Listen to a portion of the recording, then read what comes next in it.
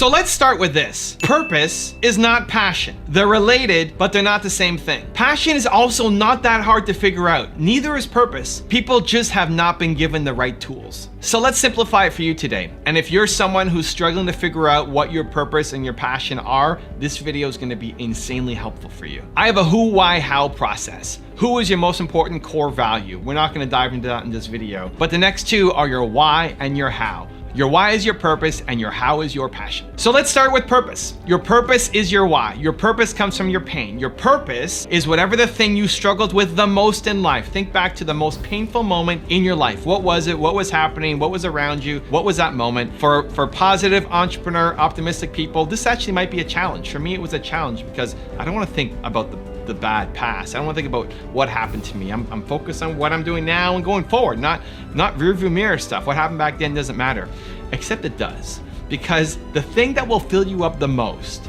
is helping people who are currently going through the thing that you struggled with the most. Need motivation? Watch the top 10 with Believe Nation. Hey, it's Nina Carmichael. We made this video, it's because you're probably the most ambitious person in your circle, but you know you're capable of more. And you get that push by surrounding yourself with the best. So today, let's learn from one of the best, my husband Evan Carmichael, and his top 50 rules for success. Enjoy! So whatever was the most painful moment in your life, from when you're born until right now, that you can remember, not physical pain, psychological pain, mental pain, the thing that made you feel terrible. What was that thing? Your purpose is to help other people who are feeling that right now. And so imagine who you are now and imagine who you used to be, whether that's a year ago, 5 years ago, 10 years ago. Go back to whoever that person was. Let's just say it's 5 years ago. Great. The person you are now can help the person who you were 5 years ago.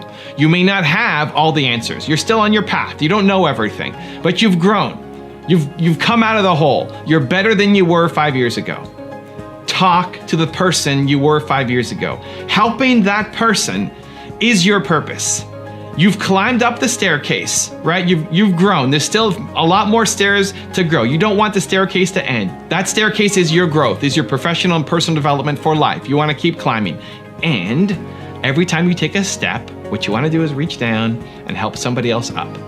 But you can only help people to the extent that you've grown. If you've taken 8 steps on the staircase, that's all you can help people up to get to step number 8.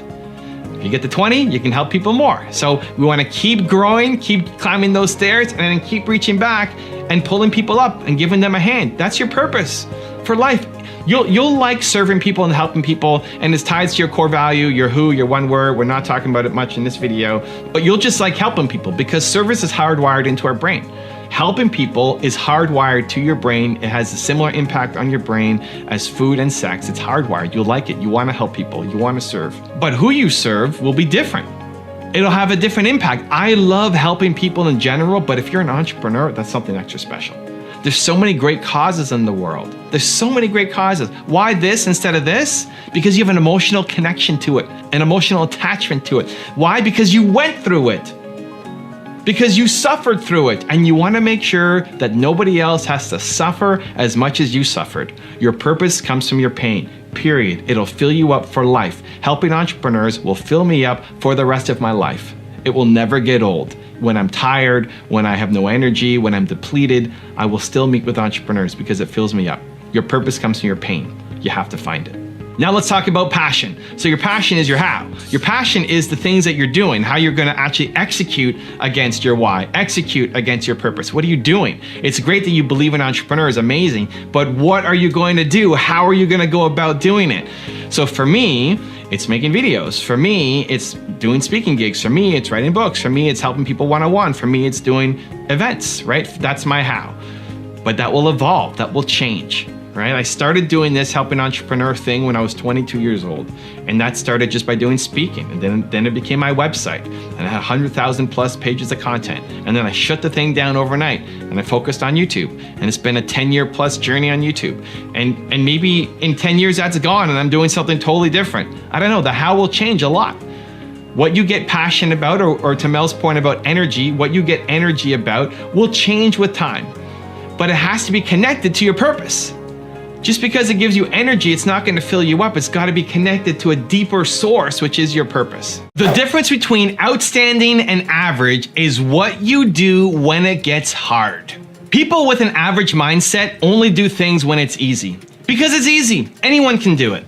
But life is coming for you. Setbacks, they're coming for you. And that's what separates the average from the outstanding. Your goals, they don't count until it's hard. So I had a new guy on my team who was writing to me to say, Evan, it's super important, this is urgent, I need help with my schedule. I'm just not staying consistent, I'm not staying on my goals. I know what I want to get done for you, but also for my life, and it's not, unless it's some deadline or you're on me, it's not happening. I'm not consistent on it. How do I get going? How do I stay consistent? And so we worked together through the schedule, and we created his calendar and said, what are your goals? And put it in your calendar, and how do you want each day to go? And he plotted out his Saturday to Sunday, the whole week.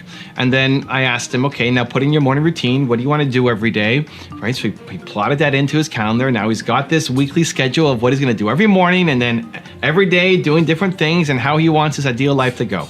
Awesome. And then I told him what really mattered. Like, this is great. Your actions map to your ambitions. It's really important.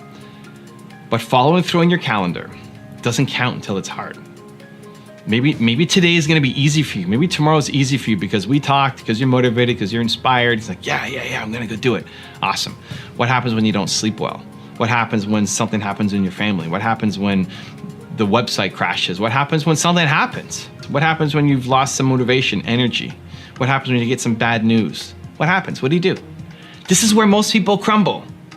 This is where most people, as soon as there's one little tiny thing that interrupts them, they're gone. They fall off their entire schedule and routine. Your goals suddenly don't matter anymore. You don't think they're possible. Your goals don't count until they're hard. That's what I told them. I said, listen to me. This is a great plan. That life that you wrote, that's a great life. What you wrote down on your calendar, that's a great life for you. That's what you want. Imagine if you did that every day for the next year. How different would your life look like 1 year from today if you were consistent on staying like, oh yeah, amazing, great. Doesn't count until it's hard. None of this matters until it's hard. Life is coming for you. Get ready.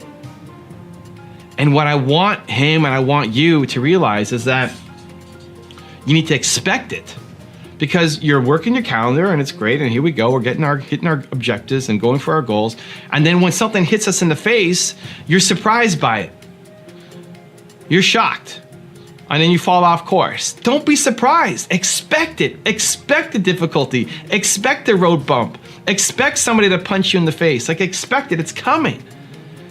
And this is your chance to be outstanding, because everybody else is going to be average. The reason why you don't follow through on your vision is because you don't trust it enough. It makes sense that it's going to happen, but it's not happening yet.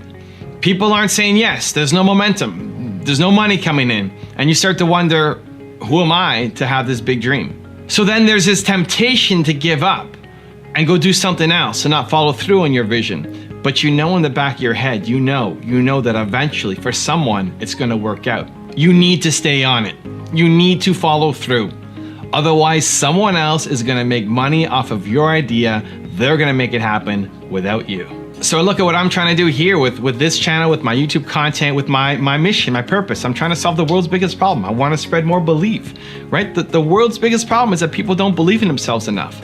I think everybody is a genius. Everybody has Michael Jordan level talent at something. They're just not living it. They're not doing it. They're not expressing it. And so they end up living a life that they don't like, knowing that they're capable of more. Like, this is the problem I am trying to solve. It's one that I'm never going to fully solve in my lifetime. And I wake up every day trying to do it. And it's easy to get up and think, well, there's so many people trying to do the same thing. There's Tony Robbins and there's all these other people. Who am I to go off and do this? And I remind myself that I may not be Tony Robbins. I may not ever have as big an impact. I may not sell as many books as Simon Sinek. I may never have that big an impact. But I was able to help some people. You know, we have 2 million subscribers across the channels. We have 300 million views across the channels. It's having an impact. It's helping people. I can get better. I need to get better. But what I'm doing is already having an impact and helping people. So I need to keep going. And that's what I find really helpful. Just reminding yourself that you matter, that the work you do matters, even if it hit one person. It made a difference. It matters. And so you have to follow through. You need to be your biggest critic as well as your biggest fan. People are usually their biggest critics. You point out all the flaws. You tell yourself all the reasons why you suck. I actually think that's a good thing. Being your biggest critic forces you to get better. But it's only healthy if it's paired with you also being your biggest fan. You think that you suck, but you also feel like you're amazing. Like you're a gift to the world, like you're the best thing ever. You suck and you're amazing. You're the worst and you're the best, both. I think that's the healthy balance. You have to be your biggest critic as well as your biggest fan, both at the same time. Also, to make sure you're actually taking action after watching this video, I've designed a special free worksheet just for this video. The worksheet will highlight all of the lessons learned in this video, as well as pull out our 3 favorite learnings and quotes that will inspire you to actually do something. The worksheet will also give you space to write down what your key takeaways are and your specific plan of action to make sure you're getting results. If you want the worksheet designed specifically for this video, absolutely for free, there's a link in the description below. Go click on it and start building the momentum in your life and your business. I'll see you there. People don't push themselves to the extreme. They just don't. It's because it's too hard. It's too crazy hard that you're not likely to do it on your own. And so I think when those opportunities come, learning to embrace them, learning to take them on, learning to say, this is my chance to show myself and the world what I am made of. This is my chance. But is it still your limit? So let me give you a couple examples. This morning, I woke up and I didn't have a lot of sleep. I went to bed at 3 something last night. I woke up at 7:20 this morning. I turned off the alarm, but still woke up at 7:20, force a habit. And I'm not on a lot of sleep and I need to make a bunch of videos for you guys. And I want to bring my best. And I put pressure on myself that every video needs to be my best. I want it to be better. I want to grow. I don't want to just do the same thing over and over and over again. But it's a challenge. And so it's easy to say, oh, I'm so tired. Oh, I don't have energy. Oh, I wish I slept more. Or an excuse after excuse. But no, I'm going to go do it. And here I am. And I've made, I don't know how many videos already today. I'm closing in on finishing up and I still have energy and I'm pumped for how it went. And the story I'm telling myself is I'm awesome. Like I had very little sleep. It's not how I want to be living every day. But when that happens, what do you do? How do you stand up? How do you show yourself what you're made of? But even that is not the biggest extreme. You know, like I feel like I'm capable of way more. My tour was the most that I'd ever pushed myself. Not just mentally, not just facing fears, but physically pushing myself. Where I broke my neck in 2 spots. I had a concussion. I've never had a concussion before. It was wild. Don't wish it on anybody if you haven't experienced it yet. Had 3 staples in my head. I compressed my spine. It was brutal. And I had to cancel my event in Denver where I was because it was that night. And then the next one was going to be in Kansas City. This is what I wore for 60 days. I wore these and I took them off for 10 minutes a day. 60 days, right? Like this is what I'm made of. This is what I'm capable of. I'm complaining about having 4 hours sleep. I had my neck broken and continued on my tour. Across the US for 30 more days and another 30 days here in Toronto, seeing entrepreneurs sitting in pain at the front of the room with ice packs and pillows and not quitting and going home, even though I was in massive pain. Like, this is who I am. And I'm complaining about not having sleep the night before, right? Like perspective. The greatest point on the tour for me was in Kansas City. It was my next stop. We refunded everybody the money because I wasn't going to be able to go for 3 hours, but I said, hey, we already booked this hotel venue. You guys already booked your night off. Why don't you just come out anyway? Just come on out and I'll go for an hour and take pictures and say hi and just show some Kansas City love. And I showed up and we went for an hour and a half. And then my wife pulled me off because my lips were starting to get dry because I wasn't being able to, answer questions as clearly as I'd like because I was still suffering from the concussion. The neck pain is one thing. That's just sitting still. I can't do anything about it. But the concussion, you're not supposed to think. You're not supposed to have conversations. It makes the recovery worse. And so she was watching me like a hawk the whole night. She's watching me. And then she sees me start to fade. She's like, okay, that's it. I got to take Evan home. Quick pictures and we got to go. I've never been pulled off a stage before. never for sucking or definitely for a physical issue. Never. It's never happened. This was me at my physical limit. That was it. I was done. I had actually nothing left. Like somebody had to come and say, you are done. The best, right? I mean, it sucked, but at the same time, it's like, man, this is it. I got to the edge. I got to the physical limitation. I can't go anymore. I'm being told I need to step down. And there's something so amazing that you feel about yourself that you were able to go that far. Now, you don't want to do that every day. You want to take care of your health. Of course. Don't do stupid things. And at the same time, the pride, the feeling of awesomeness that you hit that mark, I can't explain. So I started telling the people around me, my wife, my agent, the people on the tour, that we're planning a 2020 tour, and it's not going to be as good. This will be great. We're going to hit 23 cities, 90 days, East Coast, Texas, Mexico, Montreal. It's going to be fun, but it won't be as good because I'm not going to break my neck, right? I'm not going to forcefully go break my neck just because, right? That's stupid. Don't do that. don't go do that just because. And so I'm not going to face the same challenge. And so the point is, I'll still have a great time. It'll still be amazing. But what we went through, what I had to go through in 2019, this year, is foundational. Like, I'm going to remember this forever. This is who I am. This is who I am. Not the guy who thinks that 4 hours sleep and making some videos is a big deal, right? It just resets who you are and reminds you if you step up to the challenge of what you're capable of. The people who are telling you that your idea won't work are not the people whose life that you want. So why are you listening to them? Your Uncle Joe, your Aunt Susan, the rest of your family, the people who you grew up with from high school, look at their life. Look at their life right now. Take away their words and what they're telling you, remove the emotion from it. Look at their life. Do you want a life like theirs? Because their advice will lead to a life like theirs. If not, then you probably should be doing the exact opposite of what they're telling you to do. Now, I think there's two types of people who will give you negative feedback. You got the haters, and then you got the people who are just ignorant. And there's a big difference between those two. So let's start with the haters. The haters, I call the little man, the haters, their entire role in their life is to bring other people down. Maybe they took their shot. This is actually quite frequent. They took their shot, they tried, they didn't work, they failed, and so now nobody around them can be successful. They get their value, they get their self-love by destroying other people because it makes them feel better about themselves. It's like watching some train wreck on reality TV show, right? Watching relationships and lives fall apart because it makes you feel better about your life. You feel better about your life when you see somebody else's life be a total mess, right? Those are the haters. Now, how do you deal with them? It starts by understanding that if you believe, like I believe, that humans are built to serve, right? People are built to serve. You want to do good. People are good, right? Both of those things. Humans are good and we're built to serve.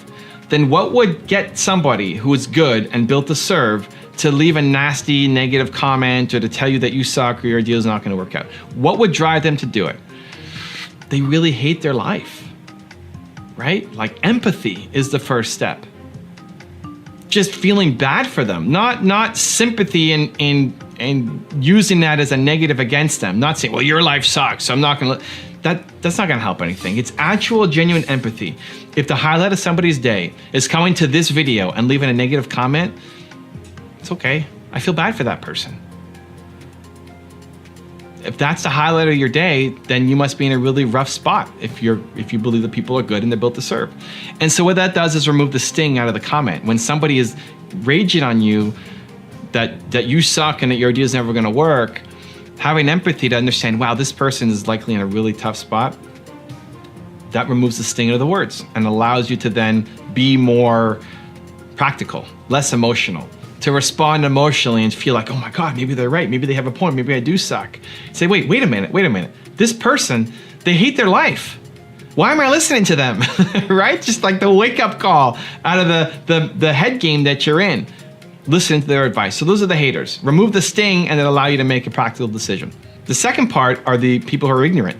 They're your friends, your family, the people around you who they actually love you, right? Chances are your parents love you. Your mom probably loves you, right? Most moms love their kids. Your parents probably love you. So why would they be telling you not to go do something? Why would they be telling you advice against what you want to hear? Because they grew up in a different era. Your parents are pilgrims. Your parents don't understand the world that exists. Your parents don't understand that you can have a full-time business from this. It doesn't make sense. When your parents were your age, they couldn't do the things that you can do. So they want you to be successful. The people around you who love you want you to be successful. They have a different definition of success. Success to them looks different than it does for you because they're from a different era. And that's okay. Again, starting point is empathy. Understand that these words that are coming out of their mouth is love. They're trying to express love. They're concerned for you.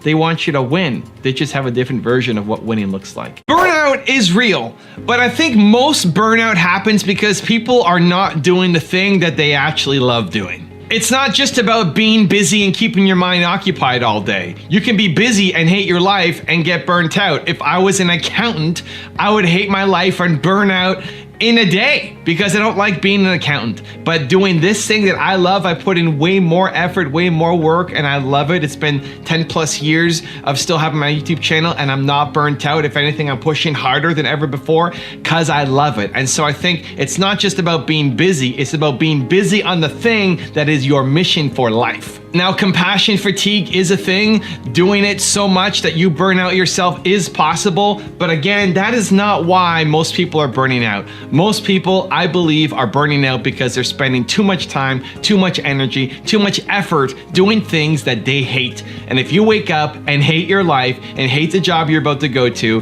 then there's no wonder why you feel like you're burning out. So I recently came back from going to Tony Robbins' event in Dallas. He invited me to sit in the front row and super blessed and grateful to have Tony's support. And I went there with Alex, friend of the channel, who helps me run Toronto Dance Salsa.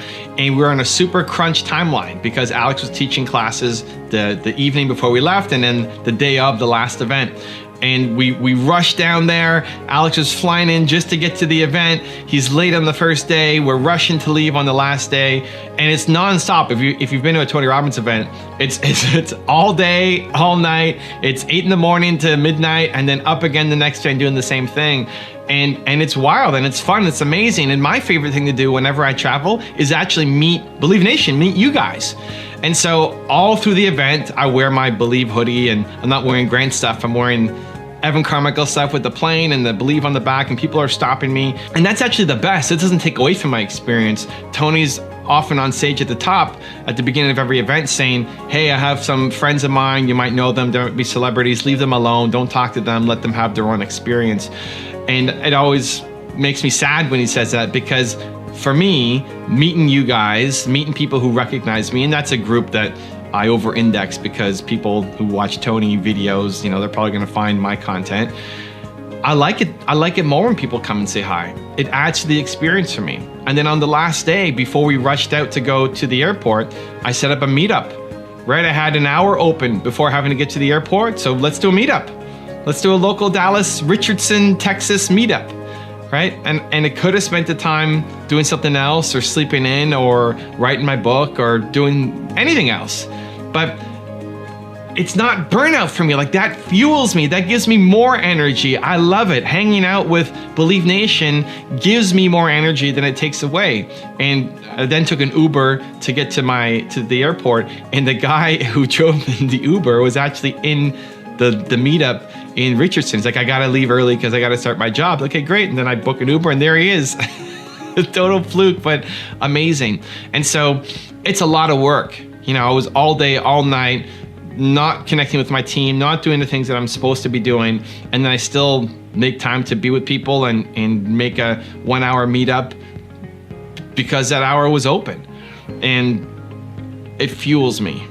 But if it was something that I hated, just that half an hour, just 15 minutes, I'd start to feel like I'm burning out. Like, I don't want to be here. Like, this is terrible. And so I think it's really important that you're doing work that you love. That would be a burnout for other people, but not a burnout for you because you love it so much. You rarely regret the things that you do. It's what you don't do that you regret the most. It's all the missed opportunities. The times you wanted to say yes but were afraid. The moments that you wanted to bet on yourself but you were scared. Those moments, that's what you want to minimize, because it's way better to know and to fail than to never know at all. Self-confidence comes from doing difficult things. From trying, failing, getting back up, and trying again a different way. Your goals don't count until they're hard. You won't make yourself proud unless it's hard. And it's time to start making yourself proud of your effort. So I'm in the process of writing a new book. And I sent the book out to 30 of my friends and friends of friends to get their feedback.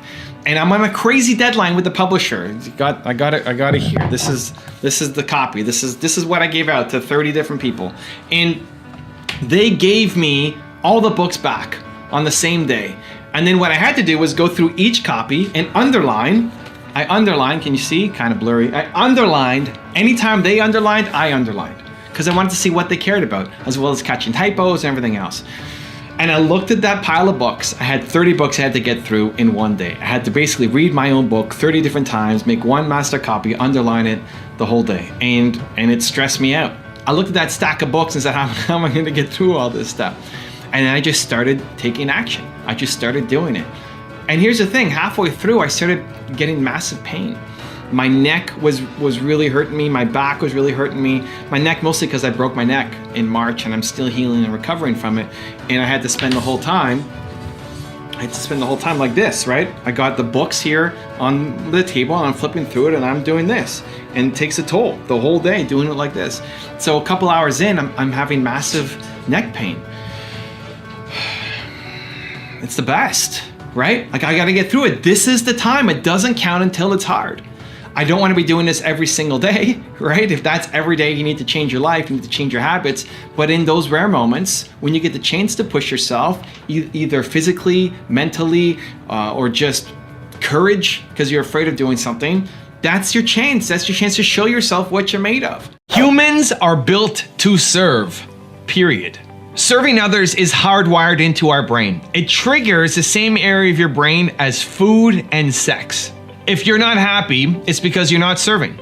Either serving the world on this big mission that you have, or serving the 25 closest people to you. If you're not happy, it's because you're not serving. So one of the hacks that I do in my life to get me to do the things that I'm afraid of or don't want to do is through service. If I can connect any of my actions, like making videos, I don't necessarily like just sitting here talking to a camera, but I connect it to service. That I'm making this video, people are gonna watch it, hopefully get inspired enough to take some kind of action and it's meaningful to their life or business. That makes me feel good, that's service. As soon as I can connect the action to service, I am all in. And that's the way to hack me. You want something from me, whether it's my wife or my team or general public, if it makes me feel like this will serve other people and it would have a big impact, then it's much easier for me to get a yes. It's easier for me to say I am in. The fastest path for you to get the success you're after is to model success. The idea here is simple. You find people who have already done the thing that you want to do, learn from them, understand what they did to get there, and then try on their hat, right? See what worked for them and apply it to your business. This is what worked for me. This is what saved my company. Bill Gates saved my first company, even though I've never met him. I haven't yet. We're gonna make it happen, hopefully soon. I was struggling. I had a upstart software company that wasn't making money, and I quit on my business partner, and I woke up the next day and said, I need to find a way to make this happen. Like, I can't quit on this too soon because I'm gonna regret it if I don't keep going. And so I said, who has done this before? Who's done this? And I thought of Bill Gates. It was just the first person that came to mind was Bill Gates. So I looked at his story and how did he build Microsoft? Well, it was through partnerships. And so I started making partnerships in my business. I had nothing else to lose. I was already at rock bottom, right? I had already quit on my partner. It was hopeless. So let's just give this a shot. And within, I don't know, a couple months, maybe even sooner, I landed my first partnership deal for $13,500. And at the time, guys, I was making $300 a month. So that money meant the world to me. Like that was bank. And more important than that, it gave me hope, like this could happen. This business could actually work. And it gave me a model to then go and do it again and again and again. And ever since then, whenever I don't know what to do, I model success. I find someone who's done it and I try to apply their strategies and make it work for me. But this is the important thing. Not every strategy is going to work the same way for them as it did for you. So maybe waking up early is your ticket. Maybe waking up later is going to be your ticket. There's people who've done both. Which is the one that's going to work for you? You won't know by sitting on the couch and thinking about it. The best thing you can do is just go and try. You try on their hat, right? Bill Gates did this. Dan Lok does this. Bruce Lee does this. Awesome. Try it. Try it and see. People prejudge so early. Your actions have to map to your ambitions. In a one-off situation, you can always be grateful for what happened. When I broke my neck in Colorado, I'm grateful for the opportunity. The opportunity to learn, to push myself, to get better, but did it map to my ambitions, right? Whenever you're stuck in a one-off situation, you can, yes, always default to gratitude, but if you get the choice, this is the difference between living an intentional versus a reactionary life. If you're just grateful for everything that happens to you and see it as a journey, yes, and you've learned, yes, great, but is it the journey that you want to be on? It's a journey that will get you to where you want to go. Because if the person who wants to hit the town ends up on the farm, maybe he's not happy. Maybe that's not his ambitions. Now, you might say that actually served him. That is something that he should have gone down, right? Every road leads to somewhere. But is it the road that you want to go down? Do your actions map to your ambitions? I think it's really important. The guy who climbed the tree, amazing, right? If his goal was to be there fastest, to take the shortest path, that's the path he should take. And yes, he was right and the others were wrong. He was right for him because he wanted to take the shortest path. Do your actions map to your ambitions? You have goals. Look at your calendar. Look at how you're scheduling your time. Look at where you're spending time, what you're doing it on. Will the actions that you're taking lead you to accomplish the goals that you're trying to go after? If yes, amazing. If not, switch things up. I think too often people have hopes and dreams and desires and ambitions, but then their schedule doesn't match up. You say you want to do this, but when I look at your calendar, it doesn't show me that you're doing it. If you want to have a YouTube channel, show me in your calendar where you're making YouTube videos. For too many people, it's never. You're just not doing it, ever. So then it just becomes a hope, a dream, a wish, a someday. Someday's not a day of the week, right? You got to put it in your calendar. Make sure your actions map to your ambitions. Nobody wakes up every day and says, this is gonna be the greatest day ever. Not Dan Lok, not Evan Carmichael, not Tony Robbins, nobody. You wake up and you're tired and you have stuff in your eyes and you have lines on your face from the pillows. The difference between successful people is that they demand excellence from themselves to the habits and routines that they do daily. The problem is that thinking that these people are different. That if you're not waking up with tons of motivation ready to take on the day, that something is wrong with you. The only thing that's wrong with you is you don't have the habits that set you up for success every single day. And today, I want to change that. So I have a 5S morning routine that I go through every single day that sets me up for success, that demands excellence. I'm going to share with you guys today. The first S is sing. The fastest way to change your state is to put on music. The fastest way to go from feeling low energy, tired, bored, into an energy of I am ready to go is music.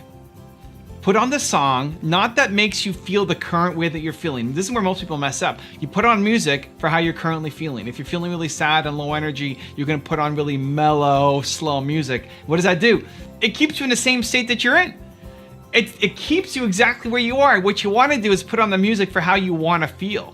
And so I have a playlist on my main channel called the Believe playlist, which is the songs that I listen to. These are the songs that I listen to every day. They may work for you, they may not work for you. There's no perfect song for everybody. There's a perfect song for you. And so build a playlist of the songs that make you come alive. Here's the criteria. If this song came on, it would force you to start moving. If the song came on, you find yourself doing this. If the song came on, you would get out of your chair and want to move around. Doesn't mean you're going to dance like crazy. Doesn't mean you're going to start belting out the lyrics. That may be you, awesome. But if you're a little more introverted or don't like to dance, something that would make you move, something that would get you at least in your chair doing this. That's what I want. Make a playlist and put that on as the first thing that you do every single morning. It'll make a huge difference to setting the tone, changing your state, and giving you energy and momentum to start the day. S number 2 is sun.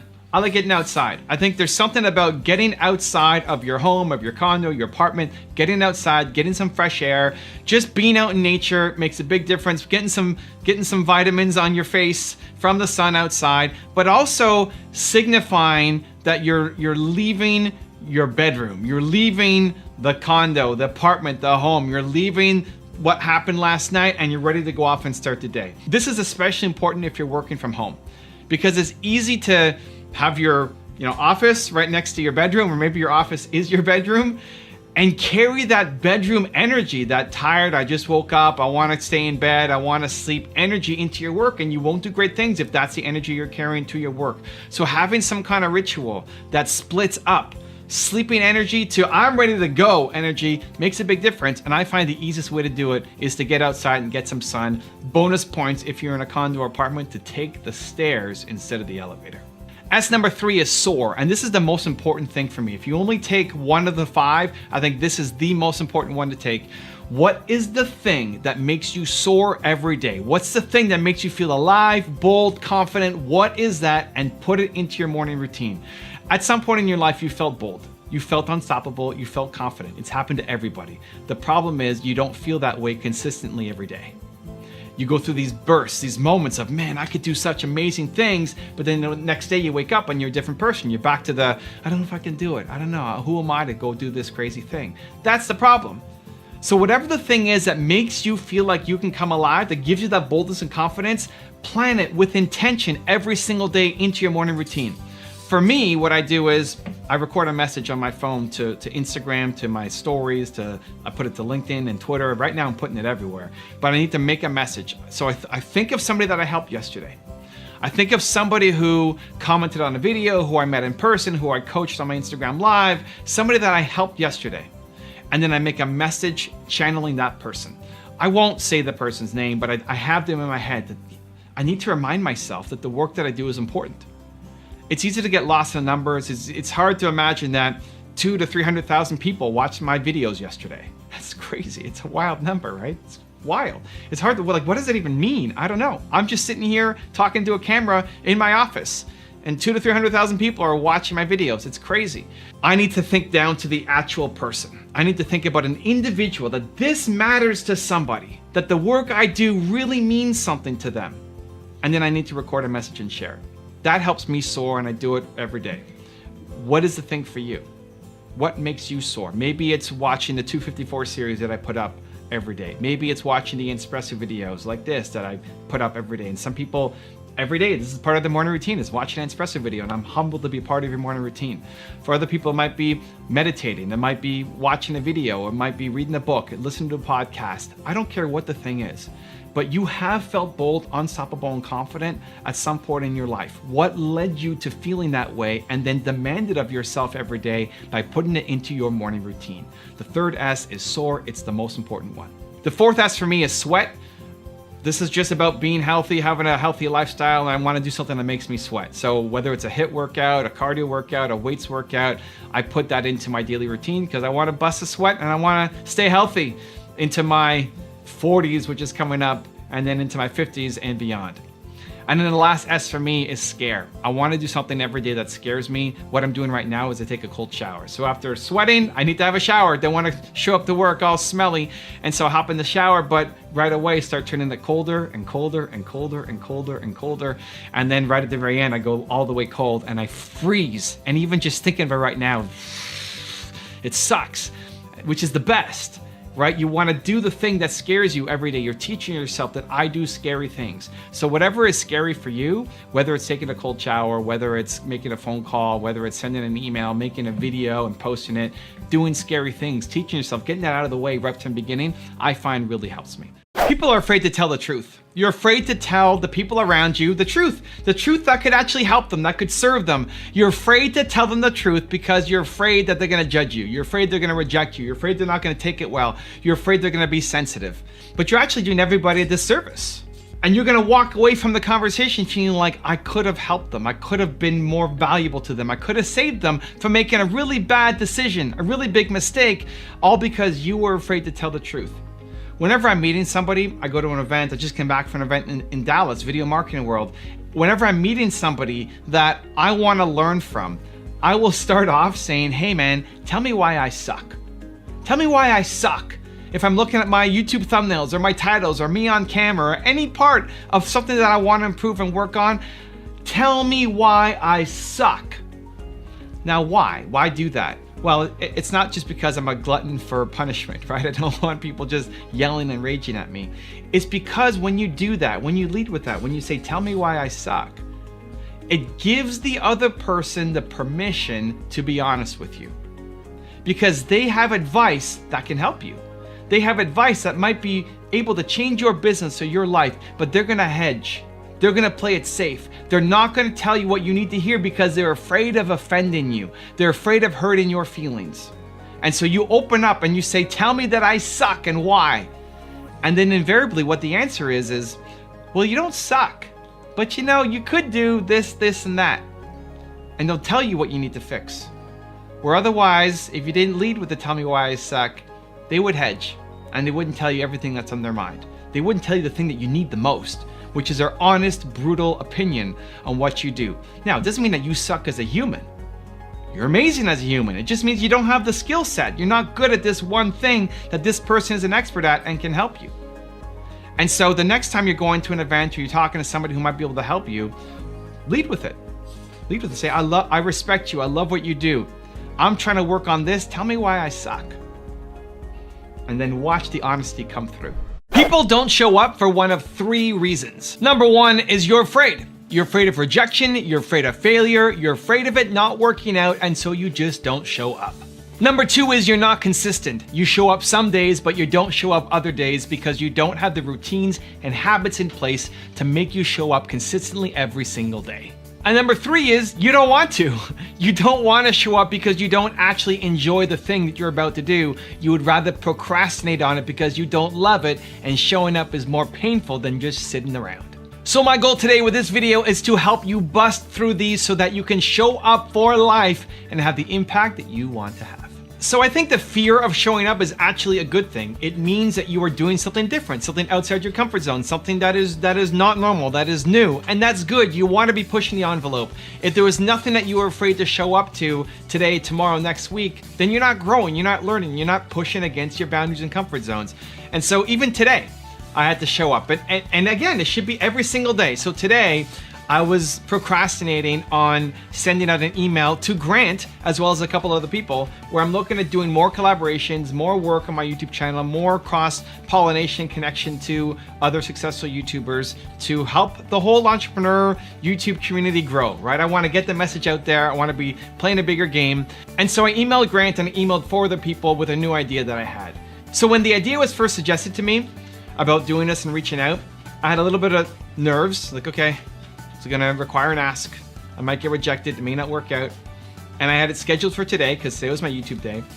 And so I look at the list today, I'm like, maybe I should start with 1 person or 2 people, or just pick the easy people. And just the fact that I felt that, just the fact that that was one of the reasons meant I had to go and do 5. I had to do a bigger number. I had to go after the harder people. I had to do the people that I thought may say yes, may say no, may make me look bad if they say no. And a lot of it is just head games. The honest truth is, Grant's probably not gonna care. Grant's probably gonna say yes. Like 98% chance he says yes, and he passes it on to somebody on his team, we start working together, and we create the collaboration. 1% chance he ignores it, and 1% chance he says no. But it's not the logical, rational things that hold us back, it's the emotional, fearful things. And so what I've trained myself to do is anytime I feel that oh my God, it may not work out, then I have to do it. I have to do it. I have just to show myself, because the worst thing you can do is get to the edge of the cliff and say you're gonna jump and then not jump. It's better not to catch that you're nervous. It's better not to even come up with the idea, to just float around in ignorance. Ignorance is bliss, than to catch it and then play small. And so as soon as you catch it, I've trained myself, I want you to do the same thing. As soon as you catch it, train yourself to do it. Even if it doesn't work out, just training yourself that you don't back down when you are afraid. The problem isn't that you're not a genius, that you're not talented, that you don't have wisdom and abilities and resourcefulness, and that you're not Michael Jordan. That's not the problem. The problem is you're not focused. You're not doing the things that you need to do. I just came back from Video Marketing World in Dallas, and I was being asked about where to spend your time, which social media sites to spend time on. And I think this is a classic example of where entrepreneurs fail. Is you're trying to do everything, and as a result, you suck everywhere and feel burnt out, tapped out, and not building momentum. If you get to the end of a week and you feel like you worked your face off, but you look back and what did I get done? If that's how you're ending a week, You worked hard and you feel like, what did I get done? You're not focused. You're switching between tasks too much. Instead of having all of these social media sites at the same time, pick one and crush it. I quoted Andrew Carnegie at my event, at my speech. My favorite quote from him is, put all your eggs in one basket and then watch that basket. Everybody's saying diversify, diversify, diversify. Have 18 different multiple streams of income. Look at the people who are one person show with 18 streams of income. They're making no money. You're making $10 a month from this and $25 a month from that and 18 cents from this. You're not making money. Now, as you build and scale and grow and you have a team like I do, I've got 24 people on my team. Okay, great. Now it might be time to diversify. But as a solo person, you can't do everything yourself. And you are a genius. You have Michael Jordan level talent at something. And that's what you need to find. And that's what you need to spend as much time as possible on until you're making money. You can invest back into your business and continue to grow. This is why it's so important that you love what you do. It's why it's the #1 rule for success that comes up over and over and over and over again is people love what they do. The people who are winning at the highest level, they love what they do. That allows them to be relentless, because you could talk about being relentless and giving it all you've got and going all in and grinding and giving 110%. But if you don't love it, you're gonna quit. It may not be after a day, it may not be after a month, it may not be after a year, but you're gonna quit. When it gets too hard and you don't love it, you will quit. This is why so many entrepreneurs fail, because you're just chasing an opportunity. You're just looking at the fastest way to make a buck in 2019, in 2020, in 2021, the fastest way to make some money. You're gonna give up unless you love it. Now, money's important, it's gotta be in your top 5, but it's not #1. It can't be #1. If money's your #1, you're gonna fail. You just won't put in the work. The people who win have something that they put above money, and that's what allows them to wake up and be relentless and put in the work. You're looking at a guy here who sucked at making videos. You can go back on my channel, you can watch the first videos. I was nervous, I was shy, I still am an introvert, but it's through practice, through being relentless. I've had my channel for 10 years. I've made 5,000 or 6,000 videos across my more than 4 now, 9 or so channels. 5,000 or 6,000 videos, that's crazy, right? That's crazy, who does that? You have to love it. It doesn't feel like work. Making these videos is fun for me still. 10 years later, it's still fun for me. I'm excited. The second that it gets to be, oh, I gotta make videos, that's it, I'm out. Because the people who love doing it will crush me. I was looking at my YouTube thumbnail examples. I'm doing a YouTube course right now where I'm teaching people how to have success on YouTube, how to get your first 1,000,000 subscribers. Where is it? Get there, that gold button. Get one of those for you, right? You're a thought leader, you're an expert. I want you to get 1,000,000 subscribers. That's the course that I'm launching right now. So I'm looking at my thumbnail experiments. I have 130 thumbnail experiments happening right now on my channel. I'm testing 130 different variations. Then I went to completed, and what we've completed and gone through.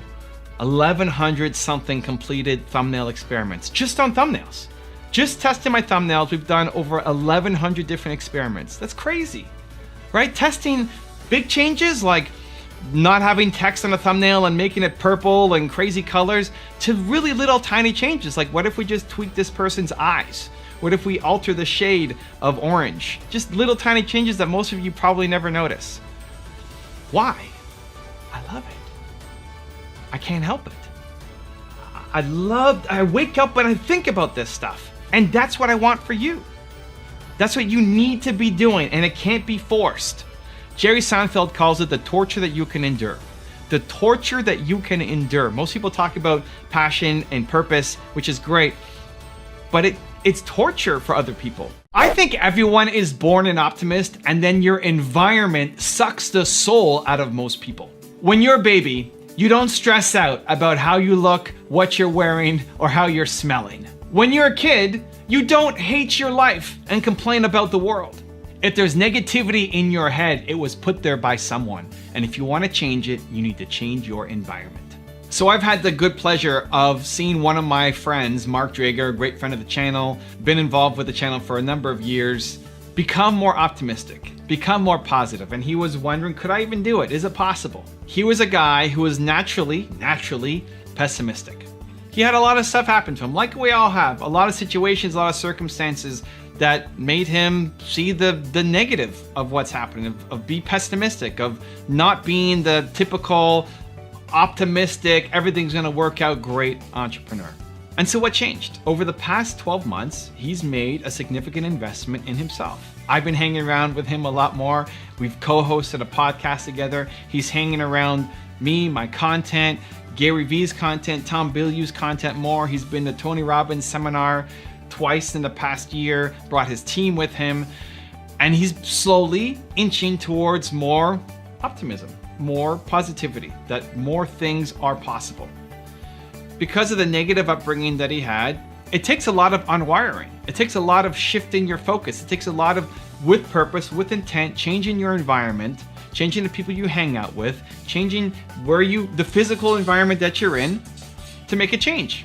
I went to Mark's office and he's moving his office. He's creating his own office. He's putting a picture on the wall of himself and then what he wants to be as positive inspiration every day. He's looking at what kind of colors and what kind of furnishings and what kind of decor can I have in my office to make me feel bold, to make me feel alive every single day.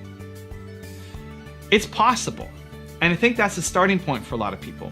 It's possible to change your outlook. It's possible to become more optimistic. That negativity that was planted in your head was put there by somebody else who hates their life. You were not born to wake up and hate your life. You were not born to wake up and think that it's just negativity all around the world. You're not born to wake up and be a pessimist. You're not. It was put there by somebody else who hated their life. And we need to eject that person. We need to unwire the years or decades of training. And in that void, you replace it with the thing that you want. If you want more optimism, you surround yourself with the most optimistic people you can find. In person, on your team, in video format, in the books you read, in the clubs you're hanging out with, you first limit access from the negative people, limit exposure. You may not be able to completely wipe them out, like maybe they're your parents, but you can limit exposure, you can limit access, either with time or just topics that you're covering, and then inject more positivity and optimism to the people, books, resources, environment that you have around you. You need to make the big decisions in your life with your heart and the small ones with your head. This is where so many entrepreneurs fall down. This is where so many entrepreneurs make mistakes, because you see a trend, you see an opportunity, you see something that makes sense. It just makes sense on paper. It's so clear that this is going to happen. But if it doesn't energize you, if you don't love it, if it's not in your heart to say, man, I can't wait to go off and do that thing, you're never going to win. You're never going to win because you're going up against people who love it. You're going up against people who love it, who breathe it, who sleep it, who dream about it. And for you, it's just an opportunity. You're never going to win big. Look at all your heroes, all your mentors, the people you look up to, the people who've done it. It's like, I want to be like this person in my field. I want to do it like she did it, like he did it. They love doing the thing. They love doing the thing. Doing it gives them energy. I look at what I do. I'm here in Dallas. I'm about to speak at Video Marketing World, an annual summit of some of the top creators on YouTube to help share, give back, help the community, give feedback, train on YouTube. I love doing this stuff.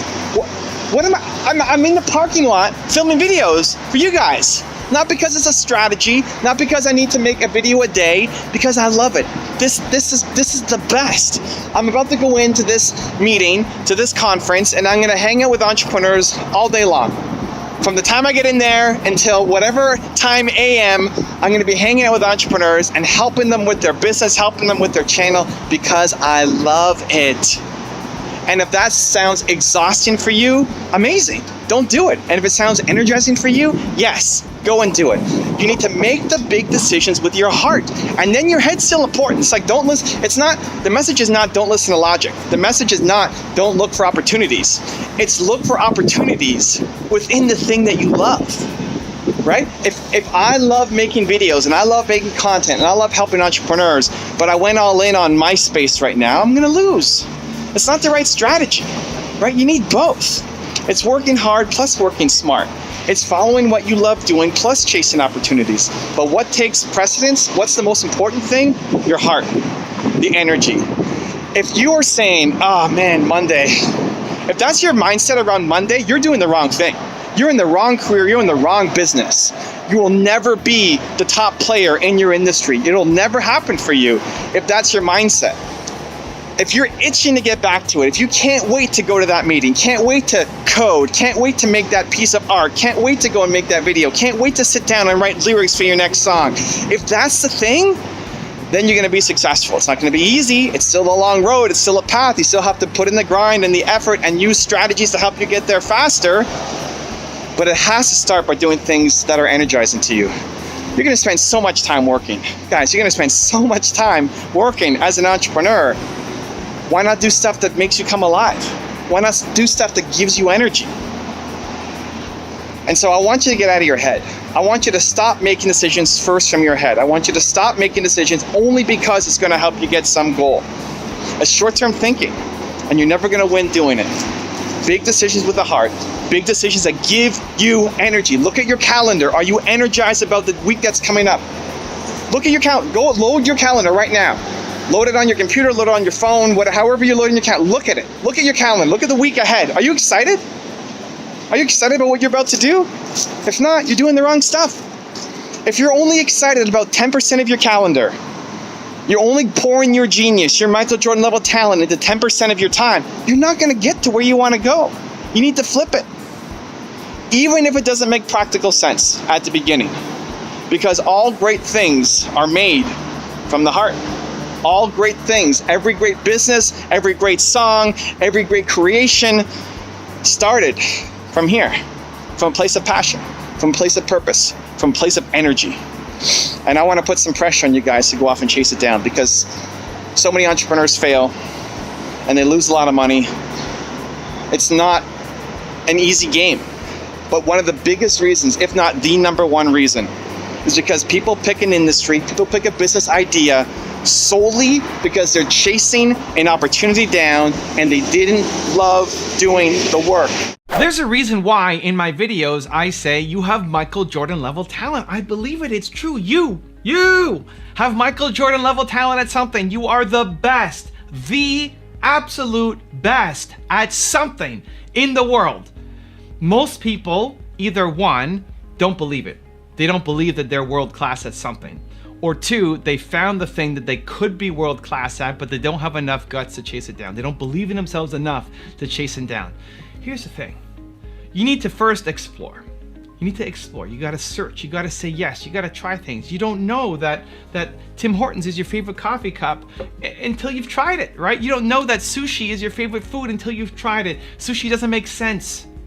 Right? This is how we think. Our logical brain starts to analyze things, and because it doesn't make sense, we don't try it.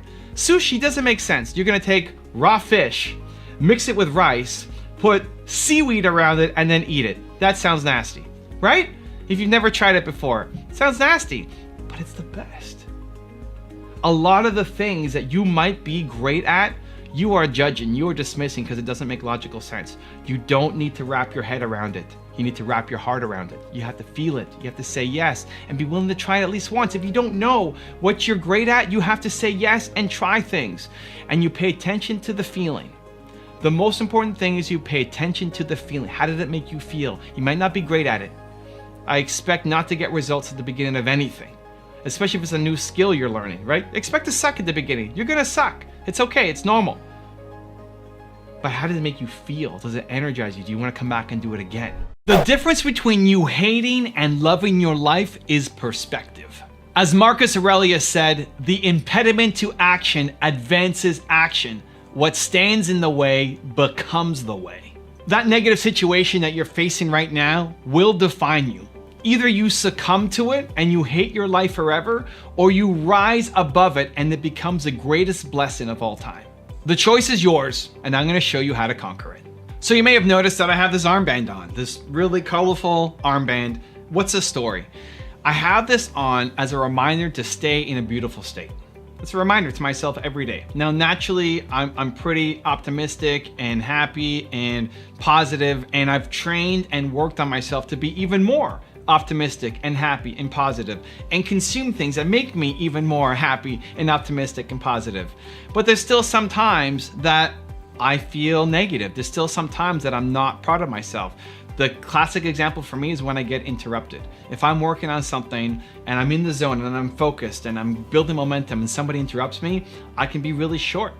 I can be really rude. I'm not gonna say anything offensive or something that I would regret, but I could be short and rude, and I wanna change that. I don't want anything to knock me out of my beautiful state. At least that's my ambition, that's my intention, that's my goal. If I can get closer to it, I'll be pumped. It's the perspective shift. And so part of my daily routine is I put this on. I don't sleep with this on. At night I'll take it off, and then part of my morning routine is I'll put this on, and it's a reminder as I put it on that I want to stay in a beautiful state today, that I might get interrupted, but I want to be proud of how I deal with it. And then I look at it every day. It's hard not to, right? It's not just some little tiny, wristband. It's giant, and it's colorful, and it stands out, and it's a reminder every day as I'm typing. I see it there. I go, yeah, beautiful state, let's go. It also is something that when I'm talking to people, they'll ask me about it because it's a conversation piece. Why am I doing it, right? People are curious. They want to know. And so every time somebody asks me about it, it's a chance to tell the story again. And in telling that story, even now as I'm telling this story, it reinforces for me, this is why I have it on. This is why I'm doing what I'm doing. And so having some kind of trigger that brings it up, it really works for me. I think it could work for you as well. George Bernard Shaw famously said, "The reasonable man adapts himself to the world. The unreasonable one persists in trying to adapt the world to himself. Therefore, all progress depends on the unreasonable man." The entrepreneurs who win are the unreasonable women and men who are trying to make a difference. You're different. You don't fit in. Stop trying to. Instead, make the world adapt to you. I want to tell you a story about Guan Yu and his Guan Dao. Let me get my prop. So, this is a heavy statue made of bronze. Let's hope my desk doesn't collapse from this. We good? Can we see? Okay, good. This is Guan Yu. Guan Yu is a legendary Chinese general, god of war, and he was a huge man in Chinese history. He was huge by stature, giant. He was bigger than everybody else that he was fighting against. So when he was getting started in fighting, when people gave him a regular sword or staff or spear, it was so light for him. It was too easy for him because he was such a giant beast of a man. And so instead of just taking the tools that everybody else was using, he made his own weapon called the Guan Dao. It's this crazy thing right here. It's this crazy, staff with a giant blade on the end of it. Guan Dao. Nobody else could lift this thing because it was so heavy. But he had it crafted for him because he could lift it, and it made him even more powerful than everybody else because he had this giant weapon that he was using in all of his fights. That's what I think entrepreneurs need to do. That's what you need to do. You are a genius. You are Michael Jordan at something. You are Guan Yu at something. The greatest fighter in China at the time, right? That's you at something. And for you to win, you need to have your own Guan Dao.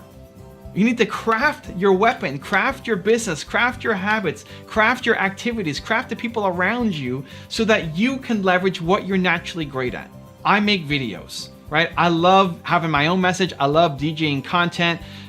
It's what I love doing. I can make 4 videos a day across my channels because I have a team of people who help create all of this stuff. If it was just me doing everything, I would not be making the content that I am. I built the business around me, what I'm great at, what I love doing, what I want to continue to excel and improve at. You need to find the same thing for you. You are a Guan Yu. You are a Michael Jordan. It's time to embrace that. And then create something that hasn't been created before. That's what entrepreneurs are doing. Create your Guan Dao to let you do what you're so good at an even higher level. If you are the most ambitious person that you know, you are going to play small for life. Look around at your friends, your family, the people that you hang out with. What do they want out of life? If you're the one always pushing them and no one's pushing you, guess what happens? You don't get the push that you need and you stay in mediocrity, being the best in a group of unambitious people. So I just came back from an event in Florida that I was doing a keynote at, and at the end, I challenged an entrepreneur who showed up to make some changes on his YouTube channel. We met over dinner. I helped him with his YouTube channel. It was him and his business partner sitting there, and I said, by tomorrow, here's what I want you to do. I want you to go in and make sure you have these things updated. And he said, yes, I'll do it. I said, it's important to do it by tomorrow because I'm still here. I'm still here in the morning. If you need anything, you can ask me face to face while I'm still here before I fly home to Toronto. Yes, I'll do it. Next morning comes around. We show up in a meeting. I got a meetup happening. We got, 30 people who showed up to meet with me.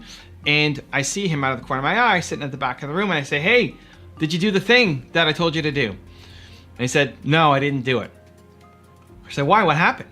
He said, well, we were doing lots of other stuff. It's been a full day. You know, we had this entire day of speaking and meeting people, and then so much information. We went home, we were doing all this kind of work.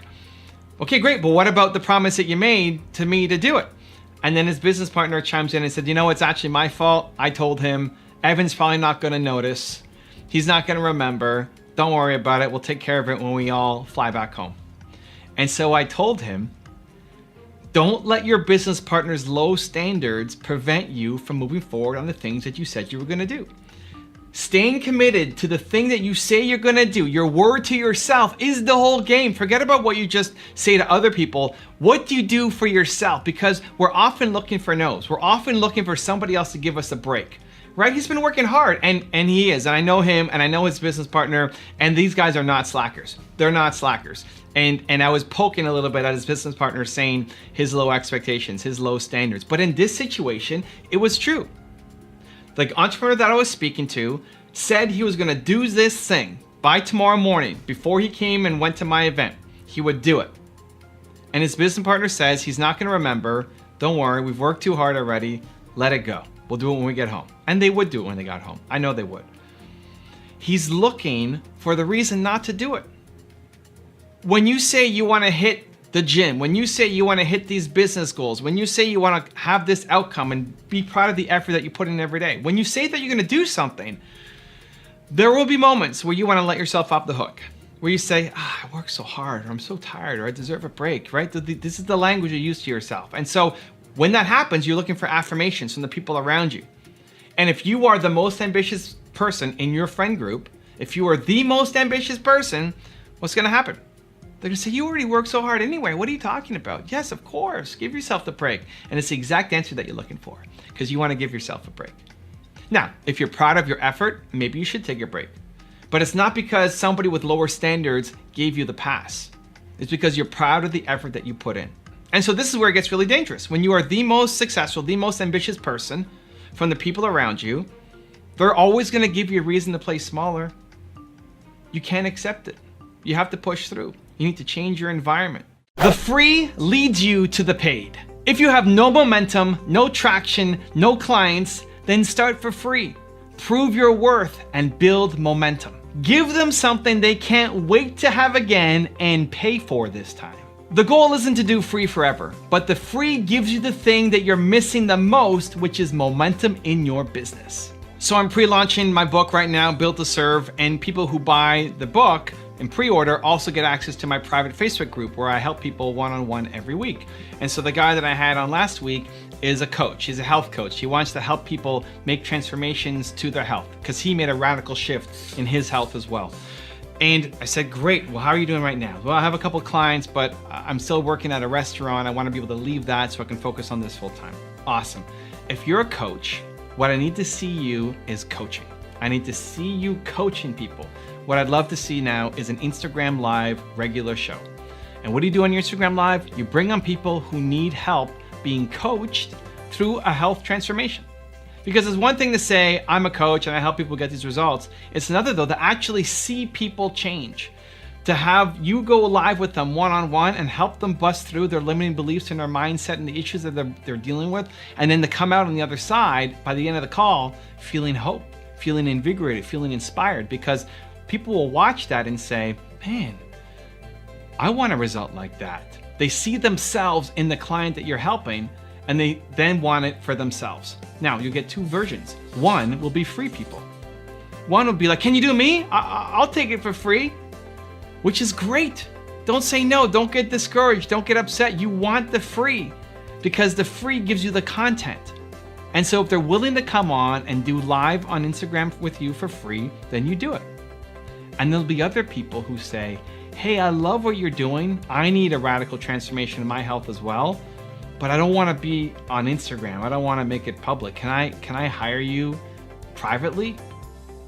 Bingo, right? That's what we're looking for. That's when you start getting paid. The free leads to the paid. One of my favorite quotes of all time is, whether you think you can or you think you can't, you're right. It's usually attributed to Henry Ford.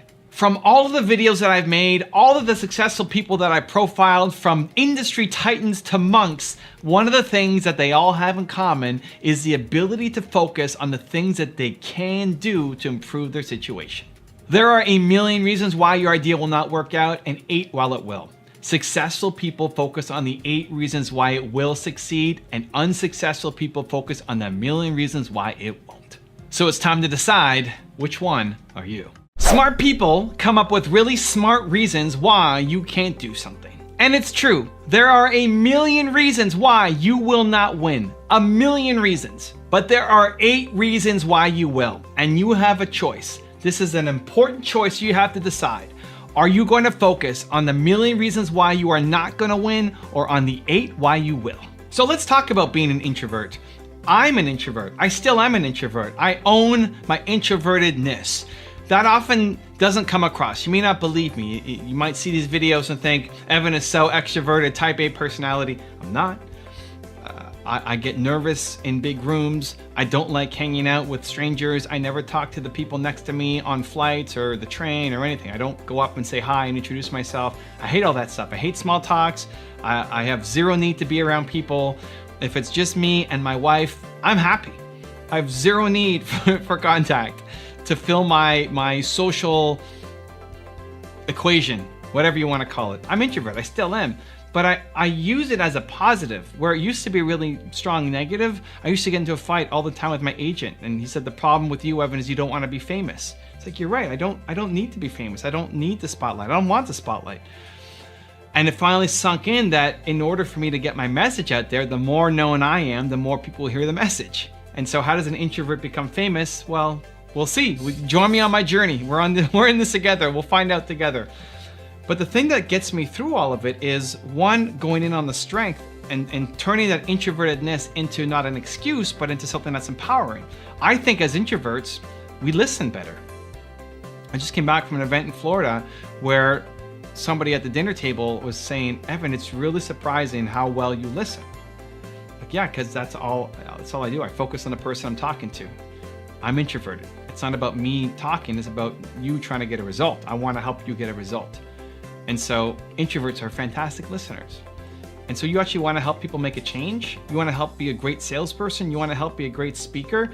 You have to know your audience. You got to know who you're talking to. You got to be a great listener. And I think that comes from being introverted. And the second thing is, having the passion and the purpose behind what you're doing gives you the strength and courage to do things that are scary. Getting up on stage and speaking is scary for me. My biggest fear is letting people down. My biggest fear is I'm going to disappoint somebody. And so when I go on stage, it's always a fear in the back of my head is that I'm going to disappoint these people, that they're not going to feel like they got their money's worth. When I did my tour earlier this year, that was my biggest fear. Is every 4 days I'd be taking a new stage in a new city, and I would just let people down. And I got to face that fear every day, every 4 days. Why? Because the purpose, it means something. And so, yes, you might be introvert. Yes, you might have a whole bunch of reasons why you can't win. But the people who win, look at your heroes. Look at the people who you love and you look up to. Look at who you respect. Look at who you want to be like. Look at their story. Look at where they came from.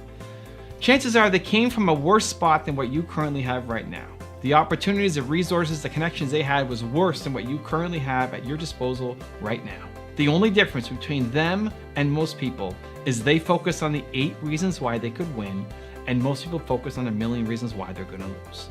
You're afraid of experimenting because you tie your self-worth to winning instead of trying. If you base your self-worth off how much you win, then you're only going to try things that you have a good chance of winning at, thus you play small for life.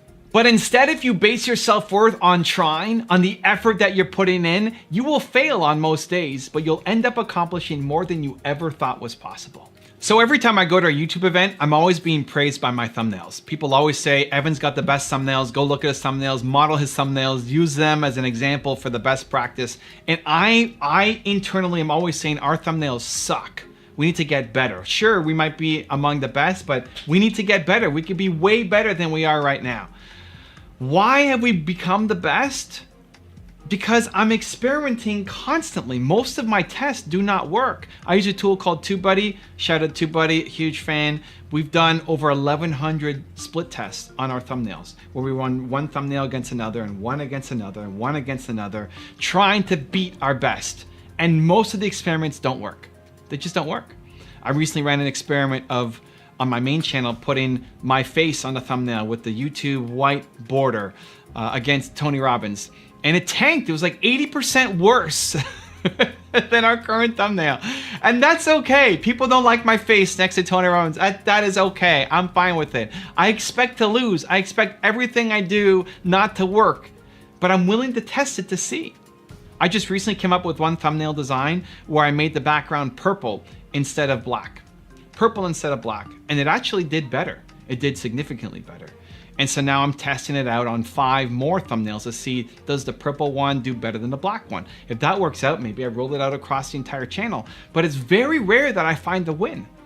Out of the 1,100 experiments that we've done, most of them will not work, will never work. Even from the beginning, I'm thinking this is probably not gonna work, but I'm willing to test.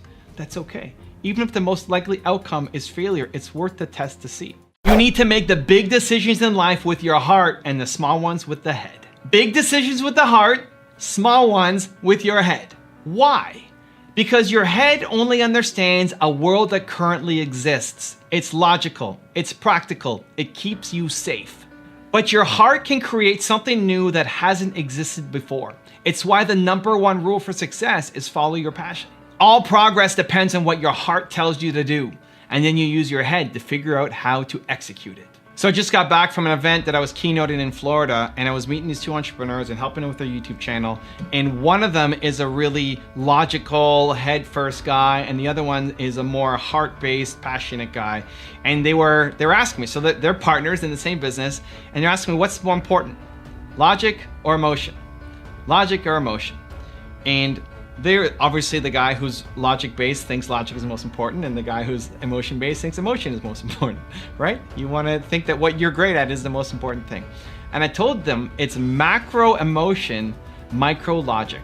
Macro emotion, micro logic. You need to do both. So as I'm looking at their YouTube stats, I'm going deep into YouTube. I'm telling them all the data they need to know. I'm looking at the numbers and explaining your audience retention sucks here, we need to fix it.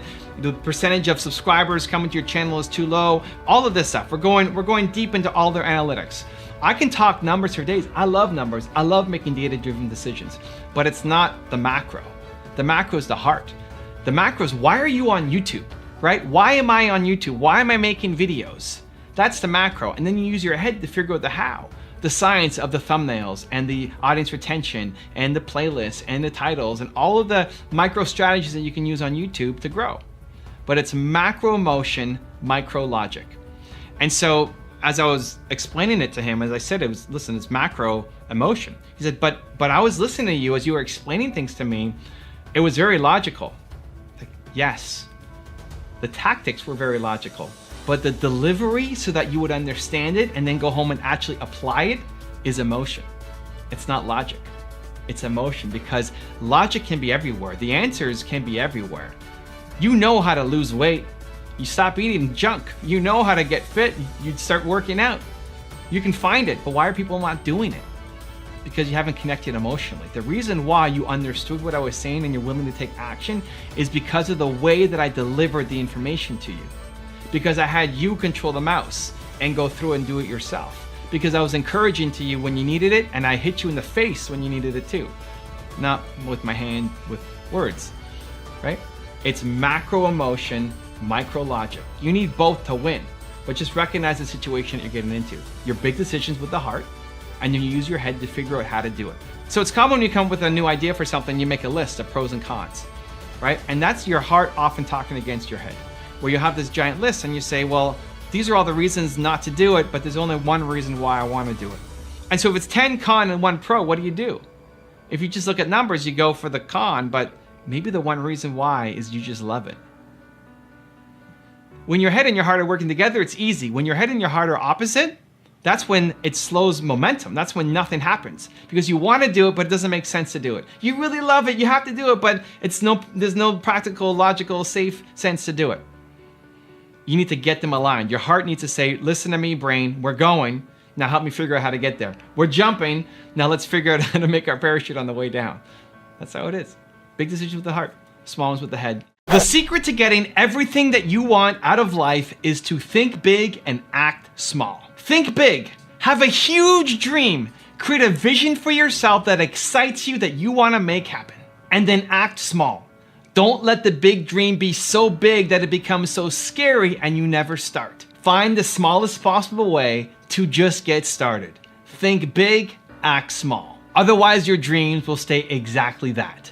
You don't do you because you're afraid of negative judgment. You're afraid of what your family will think. You're afraid of what your friends will think. You're afraid of what total strangers will think.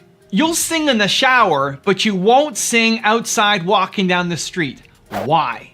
It's not because you're afraid of failing. It's because you're afraid of failing in front of other people. Until you crush that fear of judgment from other people, you will never accomplish the big goals in your life. And today I'm going to show you how.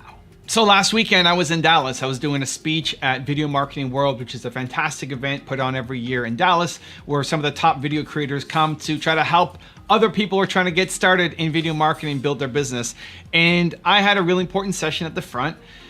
And I was nervous going into it because I just made a big move on my YouTube channel. My main channel, I split into 8 or 9 multiple different channels. So now instead of just running my main channel, we got channels like this, which is dedicated to its own channel. Now, when I was thinking about doing a move, it was recommended to me by Matt Gielen, who's one of 5 people who I would really listen to for YouTube advice. There's 5 people in the world who said, Evan, you suck on YouTube.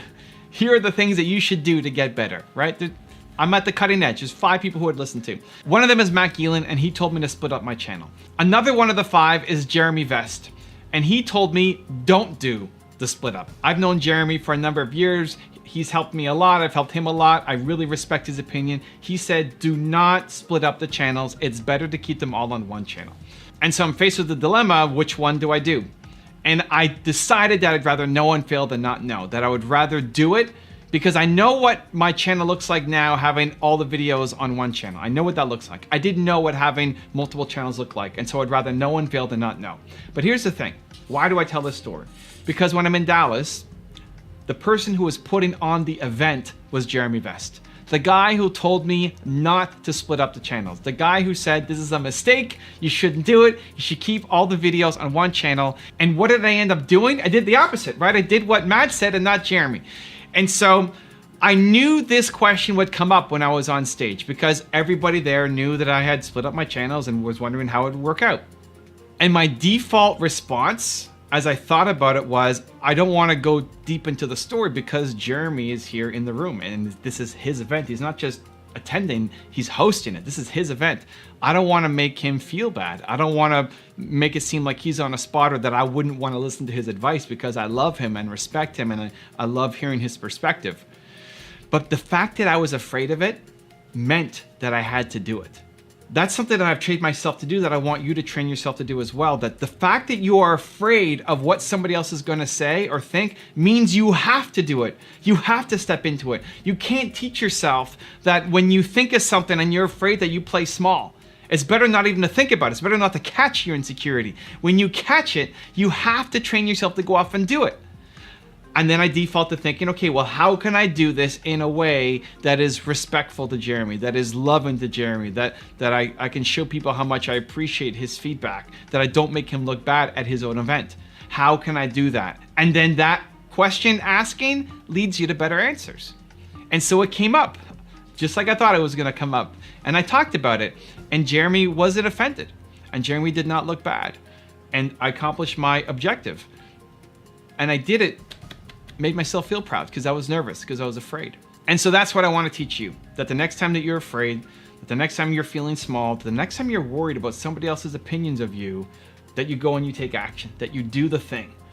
Because you cannot play small for life. If you are worried about what people think of you, you will never accomplish the big goals in your business because you have big goals.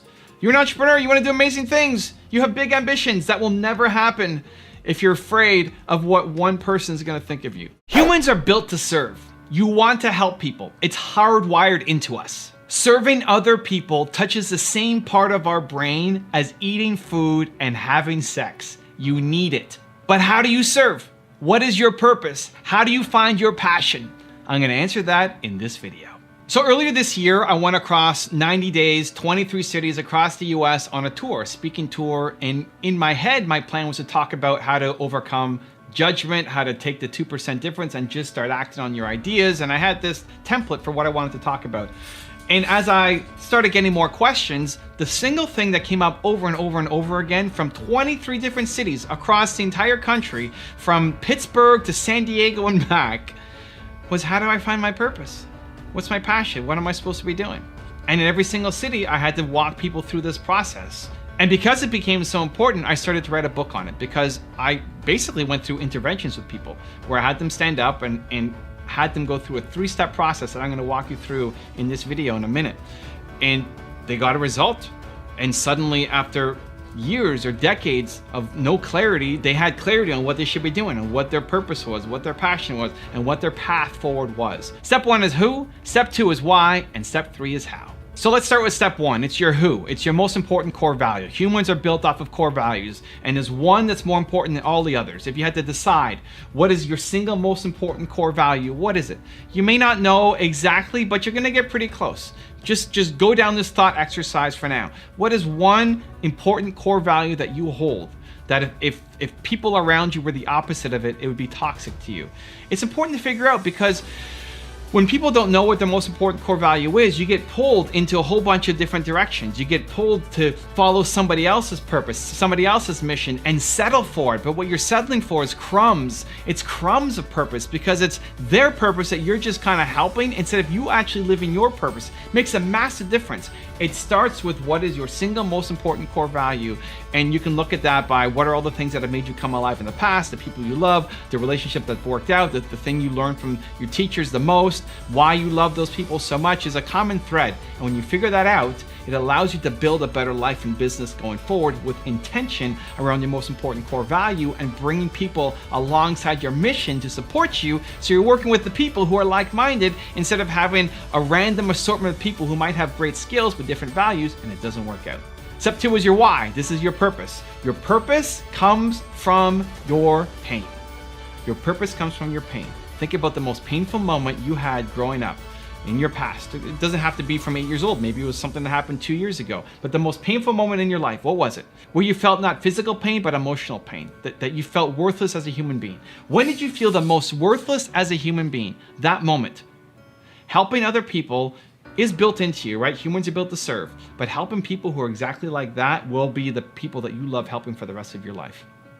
Because whether that was 2 years ago, 5 years ago, 20 years ago, let's just say it was 5 years ago for this example, the person who you were 5 years ago, you've grown a lot since then. You may not be out of the woods. You may not have figured it all out. You're still on your journey. You're still learning and growing, and you never want to stop learning and growing.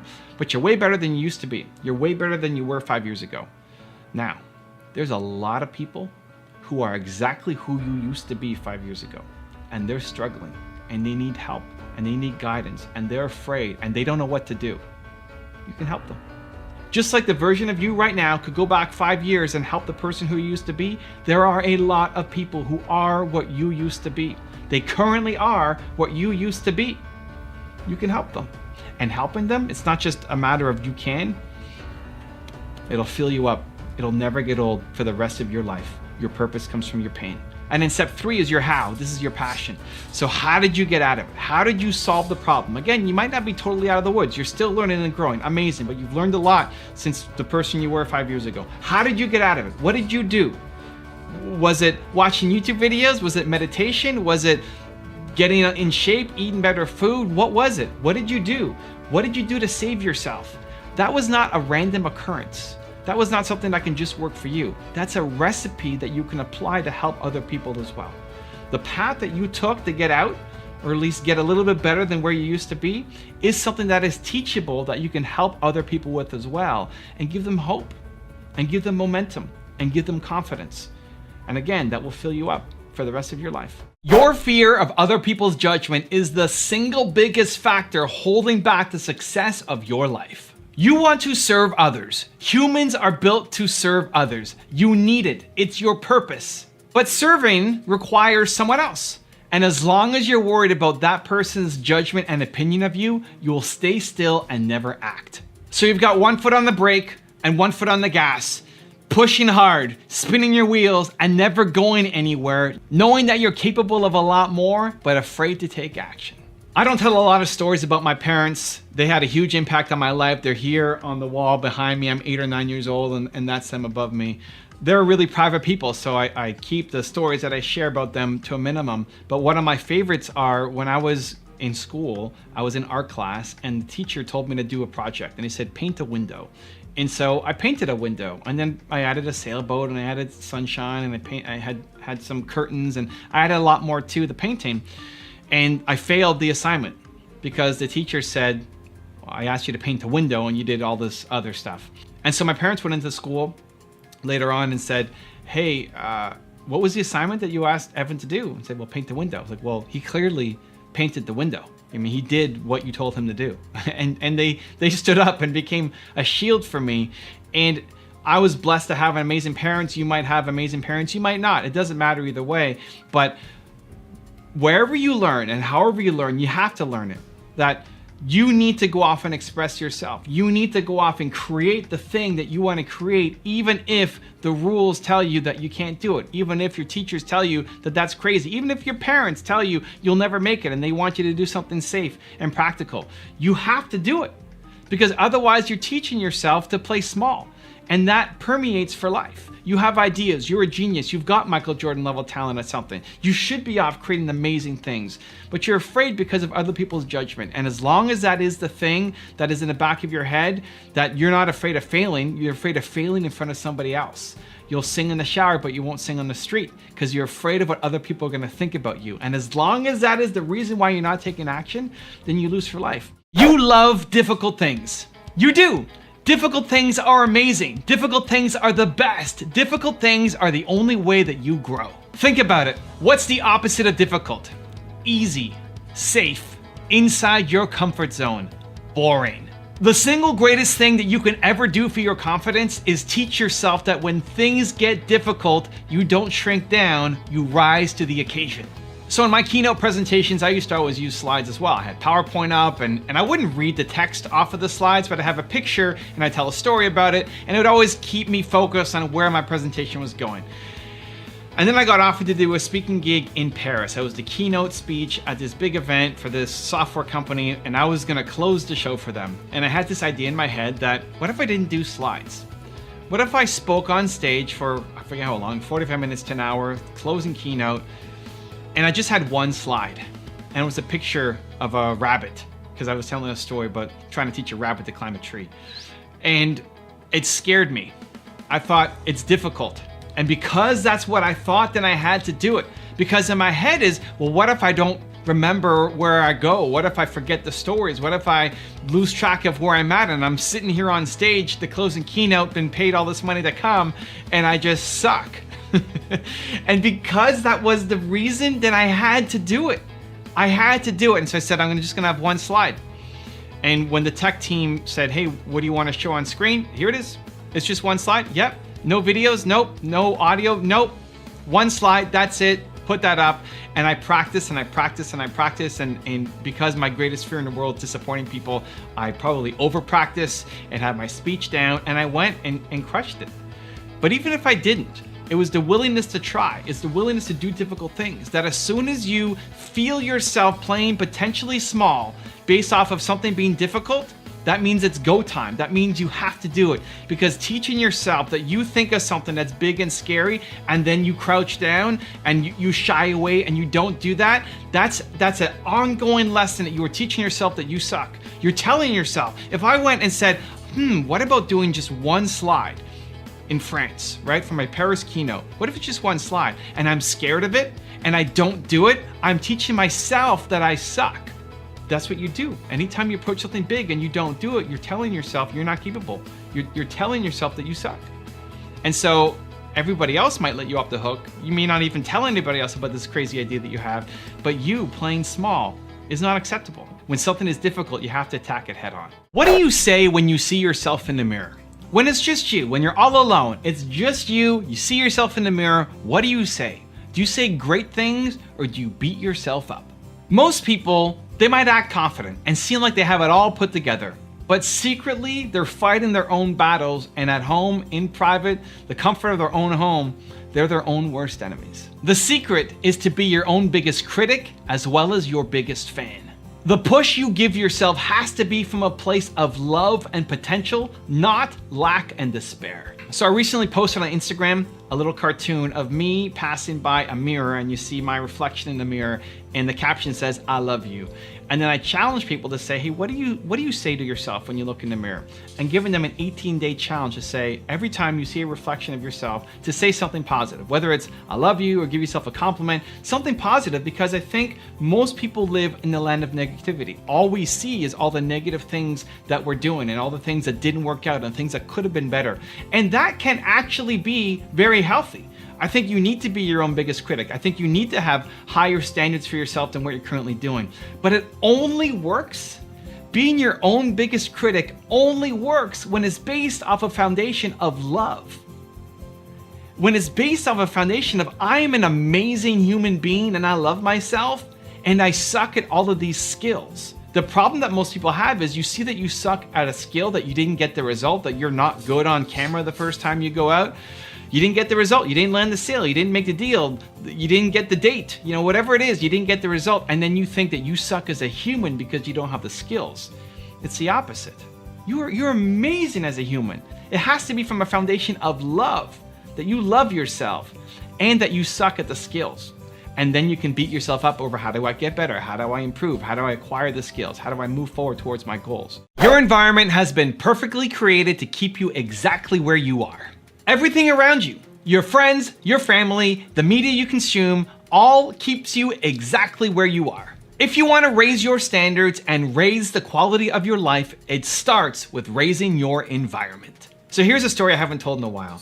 When I was building up my YouTube channel and I closed my first multi-year deal with a big brand, it was with a CEO, high-powered CEO, one of the largest companies in the world, especially in the entrepreneur space.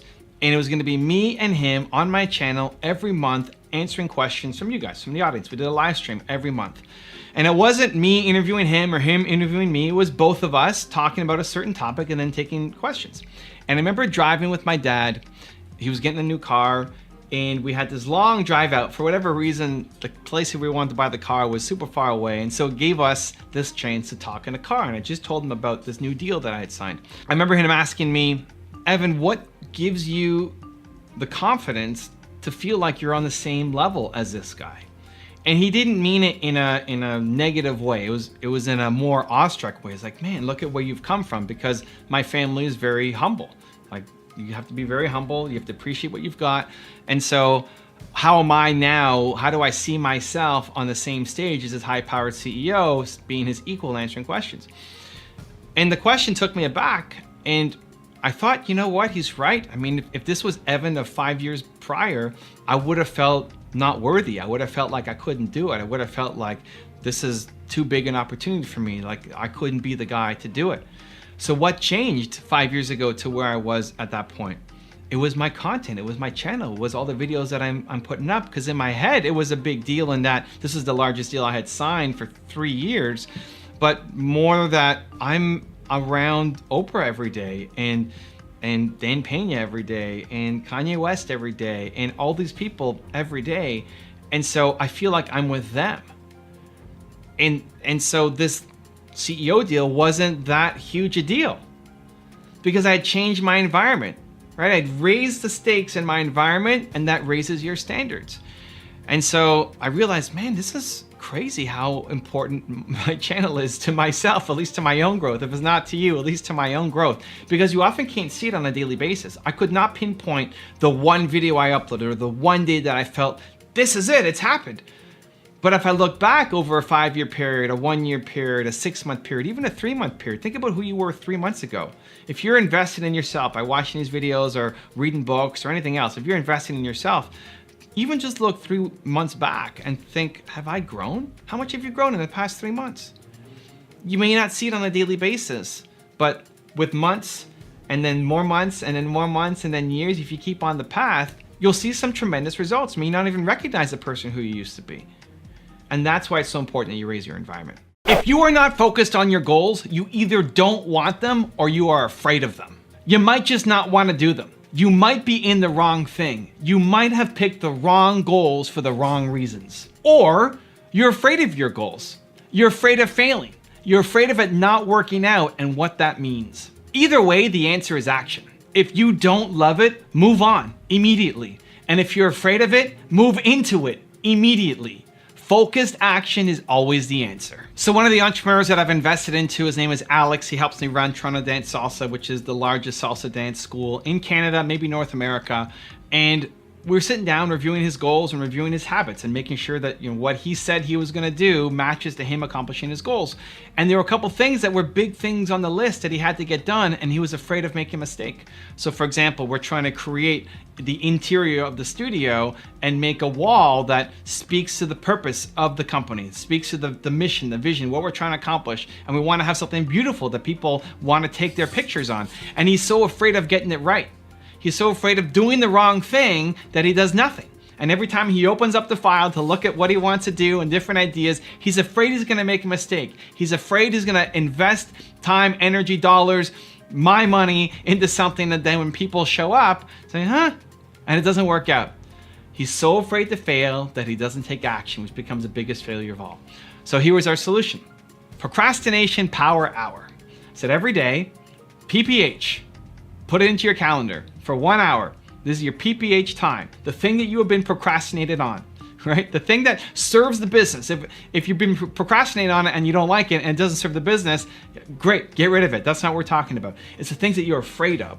The things that you don't want to make a mistake on, that you're just pushing aside because there's all this busy work that comes in. Because yes, we have to respond to customers. And yes, we got to do all the work that goes into the day-to-day of running the company. But if you're so focused on just the day-to-day and never focus on the things that will actually help you grow the bigger picture stuff, then guess what happens? You never do the bigger picture stuff. Especially if it's because you're afraid, then you have to take action. So we planned a daily procrastination power hour that he puts into his calendar, and he looks at it. And when he gets there, he thinks, what am I procrastinating the most on? And he's got this list and he starts attacking it. And having that in his calendar is the thing that actually started building momentum for those big projects. What would the boldest version of you do? Think about your mission. Think about your goals. Think about what you are trying to accomplish. You've got what you're doing now. But think about what the boldest version of you, if you summoned the boldest version of you into existence right now, what would he or she tell you to do? So when I did my tour earlier this year, it was 90 days, 23 cities. And at first I wanted to do it for free. I love doing free coffee shop meetups every time I travel to a new city. And I told my agent, Steve in New York, hey man, this is my idea. He said, you need to charge for the event. You gotta play bigger. You gotta do a bolder version of you. And it's freaked me out. It scared me because I don't want to disappoint people. And the idea of charging for something and then me disappointing people and then hitting that fear every 4 days, because I got up in a new city every 3 to 4 days for 90 days, was me being able to conquer my fears. And so Steve pushed me, and I have Steve's voice in my head. It's like, you need to play bigger. You got to do something bolder. What's the next step? And so I'm looking at my next tour coming up in 2020 around my book, Built to Serve, and I'm trying to think, how do I make it even bigger? How do I make it even bolder? Because what I've done has been great. And it's not trying to take away from what I've done. It's amazing. I'm proud of myself. I'm grateful. Awesome. And I know I'm capable of more. And I know I need to do something at the next level, because if I want to go off and accomplish my mission, I need to. Because at the rate I'm going right now, I'm not going to hit 1 billion people. I'm not going to solve the world's biggest problem. I'm not going to have the impact and reach that I know I can have unless I demand more boldness, bigger scale from myself on a daily basis. And so for me, having Steve's voice in my head, having Elon Musk's voice in my head, having Steve Jobs and Ipa Giannini and my parents and Kanye West and Howard Schultz constantly in my head, the content that I make is for myself. It's selfish for myself. And then I share it with you guys, and thankfully you like it, so I can build a business around it and hire your team and keep creating more. What makes you bold? What makes you come alive? And how do you summon that creature on a daily basis? If you wake up and you daily, every day, consistently are bringing the boldest version of you, even for 1 year, if you woke up every day for 1 year and summoned the boldest version of you, your life is going to look dramatically different 1 year from today. Stop thinking that you should be fearless. If you go through life fearless, that means you are playing small and not doing anything that is worth doing. You should be dreaming big. You should be pushing boundaries. And in that push comes fear. Instead of trying to be fearless, adopt a mindset that you want to feel the fear and do it anyway. Otherwise, you will never take on big projects and you'll never accomplish your mission and you'll always live below the potential that you know you're capable of. Not asking for help is selfish. You might think that trying to do everything yourself is selfless, that it's wrong to ask for help and noble to do everything yourself. But you love helping people. You love helping others. Remember that joy you feel when you help somebody and brought a smile to their face knowing you made their week? By you not asking for help, you're cheating people of that opportunity to bring a smile to their face. Stop being selfish and start asking for help. I came up with this idea when I was at a video game cafe. So here's what happened. I was on a call with one of my big customers at the time, and I was in Los Angeles, and we're doing a Google Live, streaming to my YouTube channel, lots of people watching, YouTube Live, I'm interviewing him, and then the internet goes down. Like, what happened? The power went out across all of Los Angeles. The power goes out and it's down. I got nothing. The stream is still live, but I'm not there anymore. I left my client live on the stream and he's not sure what happens. He just sees my camera goes down and then he keeps going by himself for another 15, 20 minutes, waiting for me to come back. And he's embarrassed and it's awkward and he doesn't know what he's doing because the host who has the audience there is now gone. And then eventually he just leaves because he said, well, I don't know where Evan is, but thank you guys for watching. And it put him in a really difficult situation. I felt terrible. I went back to watching the live stream after, like, oh my God, I can't believe that happened. Now, it's out of my control. The internet goes down in Los Angeles. What am I supposed to do? There's no power anywhere. So as soon as the power gets back up, I message my client and say, hey man, I'm really sorry about that. Let's reschedule it. Let's do it again when I'm back home in Toronto where I know I have stable internet and I want to do it again for free, no extra cost. Even though we had almost finished the live stream together, we're gonna do a whole other one for free just because I want to make this right for you. Great. So we come back to Toronto. It's like a week or two later. And my internet is pretty rock solid in my home office. I've never had an internet issue really happen while I was doing a live stream, but I wanted to make extra sure that this time nothing happened, because if something happened the second time, it would not be a good thing. So I asked my friend Jay Rise and I said, Jay Rise, I need a place that has rock solid internet that I'm gonna do this live stream and nothing can go wrong. And he said, I got a place, it's an internet cafe that I go to. I'll introduce you to the owner. I know him, and you can do it there. Like, thank you so much. So we go there. I'm there an hour early. I'm setting up. I'm talking to the owner. I'm testing the gear, my microphone, the headset, all of it, the camera, testing all of it, just to make sure that everything is working smoothly. I'm nervous because the last time it failed on us. My client comes on. We go live for half an hour, I don't remember, and it was smooth, perfect, no issues, crisp, amazing internet, blazing fast speeds. Great time with the audience, and we delivered an awesome product. Sigh of relief, right? I'm so pumped. I go talk to the owner and say, dude, thank you, man. It was perfect. No complaints, no problems. Thank you so much. How much do I owe you? And he said, well, you were on the computer for about an hour and a half, and Jay Raj was on the computer for about an hour and a half, but I'll just bundle it together. So I forget what he told me. It was like $5 or $7 or $10 or something. Like, are you kidding me? I would have paid $1,000.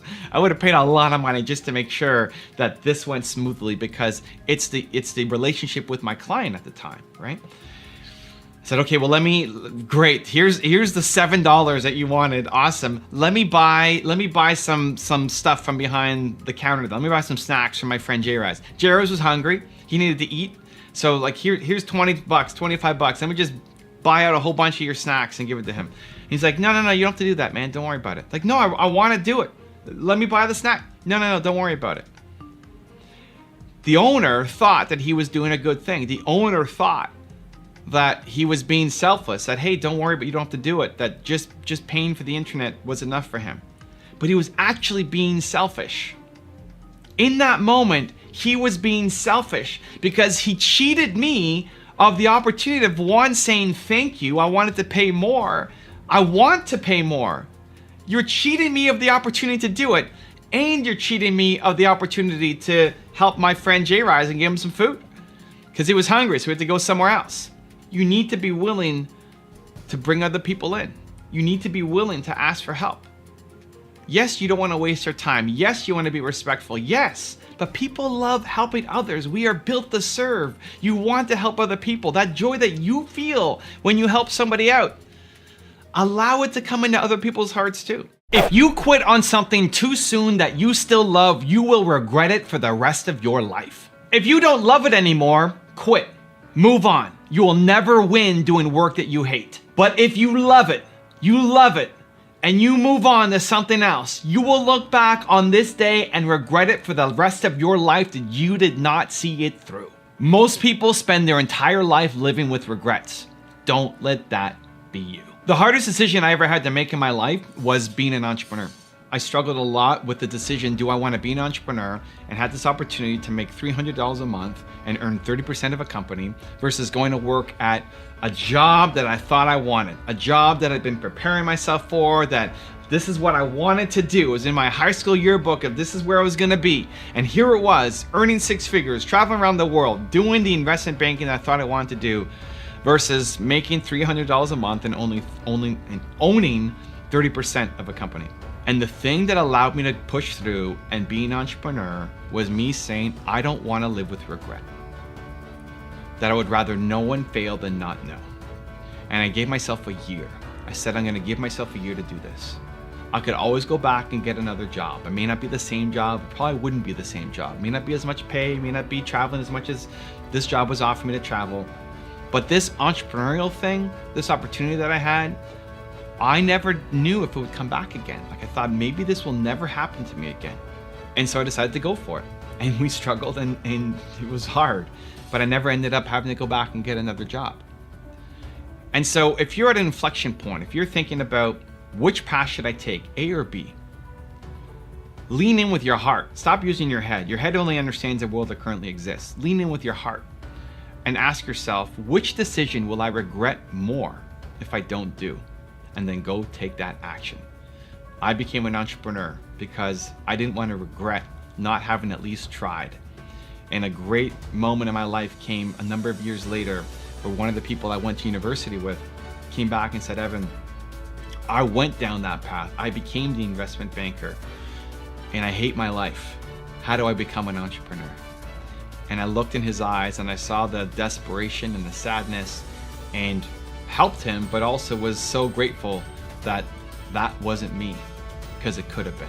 If you want to figure out your purpose, you need to figure out what you stand for as a human. I brought a whole book on it. It's here. It's called Your One Word. It's about finding your most important core value. Who are you? When you understand what your single most important core value is, everything else becomes so much easier. So for me, it's belief, right? Belief is my single most important core value. How does that help? Well, with every decision that I make, it's seen through the lens of belief. Every video content that I make is about belief. It has to be. Every interaction I have, every workshop, every book, every meeting, all of it has to be run through the believe framework, right? The glasses of belief. If I'm hiring somebody onto my team, skills alone aren't enough. It's great that you can write copy. Do you believe in entrepreneurs? It's a big difference.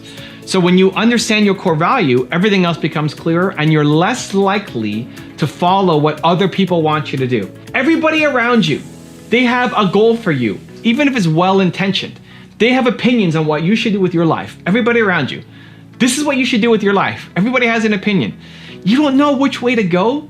If you don't know which way to go, it's because you don't know what you stand for, because you're standing on quicksand. But when you understand your one word, your who, your most important core value, it's like you're standing on a rock that nobody can push you from. So how do you figure that out quickly, right? I mean, this is 200 something pages. Let's boil it down super quick for you. You want to think about all the people that you love. Your favorite teacher, what you loved about your parents. Think about your favorite musician, your favorite band, your favorite song, your favorite movie, your favorite book, all your favorite things. The thing that when you are around, consuming it, reading it, being with them, it makes you feel bold, alive, amazing, confident, unstoppable, right? We've all had those moments. It's just not consistent enough yet. We're gonna make it for you. It's just not consistent enough yet. And so write down a list of 5 to 10 things that make you come alive. Again, people, your favorite teacher, movies, all of those things that make you, that you love, like you could get lost spending time with them or reading them or listening to them. Then write down 3 keywords that describe each of them. So your favorite teacher, why did you love Mr. Jones? It's not because he taught you grade 4 math, right? There was something else about Mr. Jones that you love.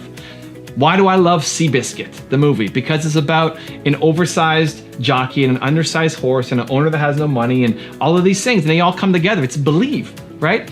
My parents taught me that I'm Evan Castrilli Carmichael and I can do anything that I believe that I can, right? And so through all the things that I love, believe is the common thread. What is it for you? You have to figure it out. You have to figure it out. It doesn't have to take you years of work. Just write down all of the people and the things that you love, 3 keywords for each. Like, do this. This is important. Just do it today. It'll make a huge difference in your life. It's worth it. This is the best 15 minutes you can spend in your life. Do it. Pause the video and do it. And then just see what comes up consistently. What word comes up over and over and over and over and over and over again? Chances are that's your one word. That's your who. Then when you discover it, you have to start living that life. So, if my one word is believe, then I got to think, okay, who around me is not believe? What am I doing that is not believe? What projects am I working on that are not believe? And it gives you clarity and forces some tough decisions. And the more unhappy you are right now in your life or business is because you are out of alignment with your one word. If I was doing something that was anti-believe, even if it made tons of money, I'm not going to be happy because it's against who I am. It's against my core value. Same thing for you. If you are unhappy, it's because you're doing things that don't align well with your core value and you don't know what your core value is, so fix it. Most people never manifest their ideas because you don't trust your ideas. That bold idea that came to you, that made sense to you in the moment, the next day feels too bold, too crazy, too insane, too not for someone like you. I believe that the decisions that come to you when you're feeling bold are actually the right ones for you and you have to take immediate action on, because otherwise your head gets in the way and talks you down from doing the things that you should be doing. So right now I'm in the process of looking for a creative director for my business, someone to look at all my content, suggest ways to make it better, to be focused on the branding and opportunities for me. And this was a suggestion from Mark Drager, friend of the channel, a longtime personal friend of mine as well. He helped film my very first video. He's the reason why I did Top 10 Moves to Success. Long story with Mark, and he said, Evan, you need a creative director for your business. Creative director or brand manager or CEO, somebody to be in charge of all the creative decisions and getting me out on the stages that I need to be out on. So how do we make these videos better? That's that person's role. And so in my head, when he first said it, I'm a little afraid. I'm scared, like, oh, how do I find this person? I need to vibe well with them. I can't just bring anybody into that role. I'm a pretty weird duck, and so this has to be a good, long-term fit for me. How much is this person gonna cost? How do I fit into my cost structure right now with my business? How are we gonna deal with conflict? So it's all of the negativity, all of the things that are reasons why it's not gonna work. And so instead I need to focus on, this is a bold idea and I need to at least explore it. I need to try it, I need to play it out. Maybe it works, maybe it doesn't. But teaching myself that I do bold things, I do scary things, I do difficult things. And being scared is not a good enough reason for not to take action. And so those ideas that come to you, trust that they came to you for a reason. If it came to you and you're thinking about it and you feel bold, like, man, I would love to go off and do that. The best thing you can do is just start going off and doing that.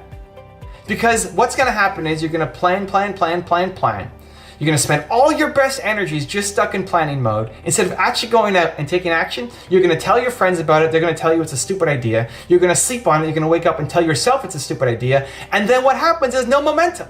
The biggest thing that is missing from your life is momentum. Nina's happy. Nina's smiling. She's next to me filming. That's all that's missing. You're a genius. You have great ideas. Great, genius, amazing ideas. You're just missing momentum. Because once you get the idea, you sit on it, and then you tell yourself why you can't do it, instead of going off and proving to yourself that you can. Self-love comes from doing difficult things.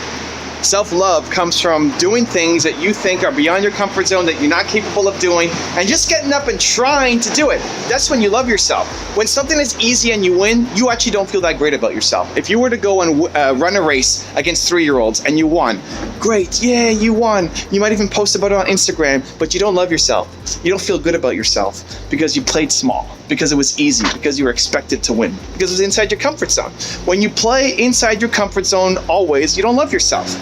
It comes from doing difficult things. That's how you build respect. That's how you build credibility. It's how you build self-love for you. Forget about how other people respect or look at you. It's how you feel about yourself. That's the game. And that comes from doing difficult things. So if you ran a race against 3-year-olds and you won, great. Who cares? You don't feel great about yourself because you were expected to win. But if you ran a race against Usain Bolt and he ran backwards on one leg, he would still probably destroy you. But you should feel great about yourself because you did the thing when it was hard to do the thing. You might have lost to Usain Bolt, but you got in the race against him. That's how you build self-love. When you tie your self-respect, when you tie your self-worth, when you tie your self-love to the effort that you put in on a daily basis, that's when you start to win. When you tie your self-love to winning, to getting results, you lose. When you tie your self-love to how many likes you have on Instagram or views or subscribers on YouTube, you lose. It's about the effort. Are you putting in the effort every day? Because if you are proud of your effort on a daily basis, I promise you, you are going to crush it. But if you are only proud of yourself when you win, here's what's going to happen. You're only going to take on small things. You're going to play small your entire life because you're only going to take on projects that you have a pretty high chance of winning at, because that's how you have love for yourself. And that's a losing game because you're capable of more. You're capable of doing a lot more stuff. You're capable of playing a bigger game. You're capable of having a bigger impact. You have to. It's your duty. It's your duty to love yourself. When you love yourself, you'll be able to spread that more and help other people. And so how do you love yourself? It comes from doing difficult things. It comes from when your heart's beating like crazy and you're scared and it's some big project and you say, I'm going to try. I'm going to try to do that scary thing. I'm going to try to record a video in public where people may be watching you. Doesn't mean your video has to be great. Chances are it's going to suck. But you tried. And you should feel great about yourself. Saying I never have the time is the single greatest excuse that is preventing you from accomplishing your goals. You are not allowed to say it anymore. Stop it. Stop believing your own lies. Whatever story you're telling yourself as to why you can't do it, how much time you don't have, somebody else who made it had it way worse than you did. They made it and had it way worse than you did. If they can make it, you can too. The only difference is the story you're telling yourself that you don't have enough time to do it. So I'm gonna give you a more fun example on this one. I wanna get to being a better League of Legends player, okay? I would play League of Legends, I don't know, once or twice a week, depending on what was happening in my calendar. I started sponsoring a League of Legends player, my first esports venture, this guy named Carmichael, and he plays Teemo. Teemo's a character in the game. I play Teemo. He's the best Teemo in the world. In any region around the world, he is the #1 guy. And I said, Kyle, Manko, I want to sponsor you, and part of the deal is you're going to coach me. I want you to coach me on how to get better.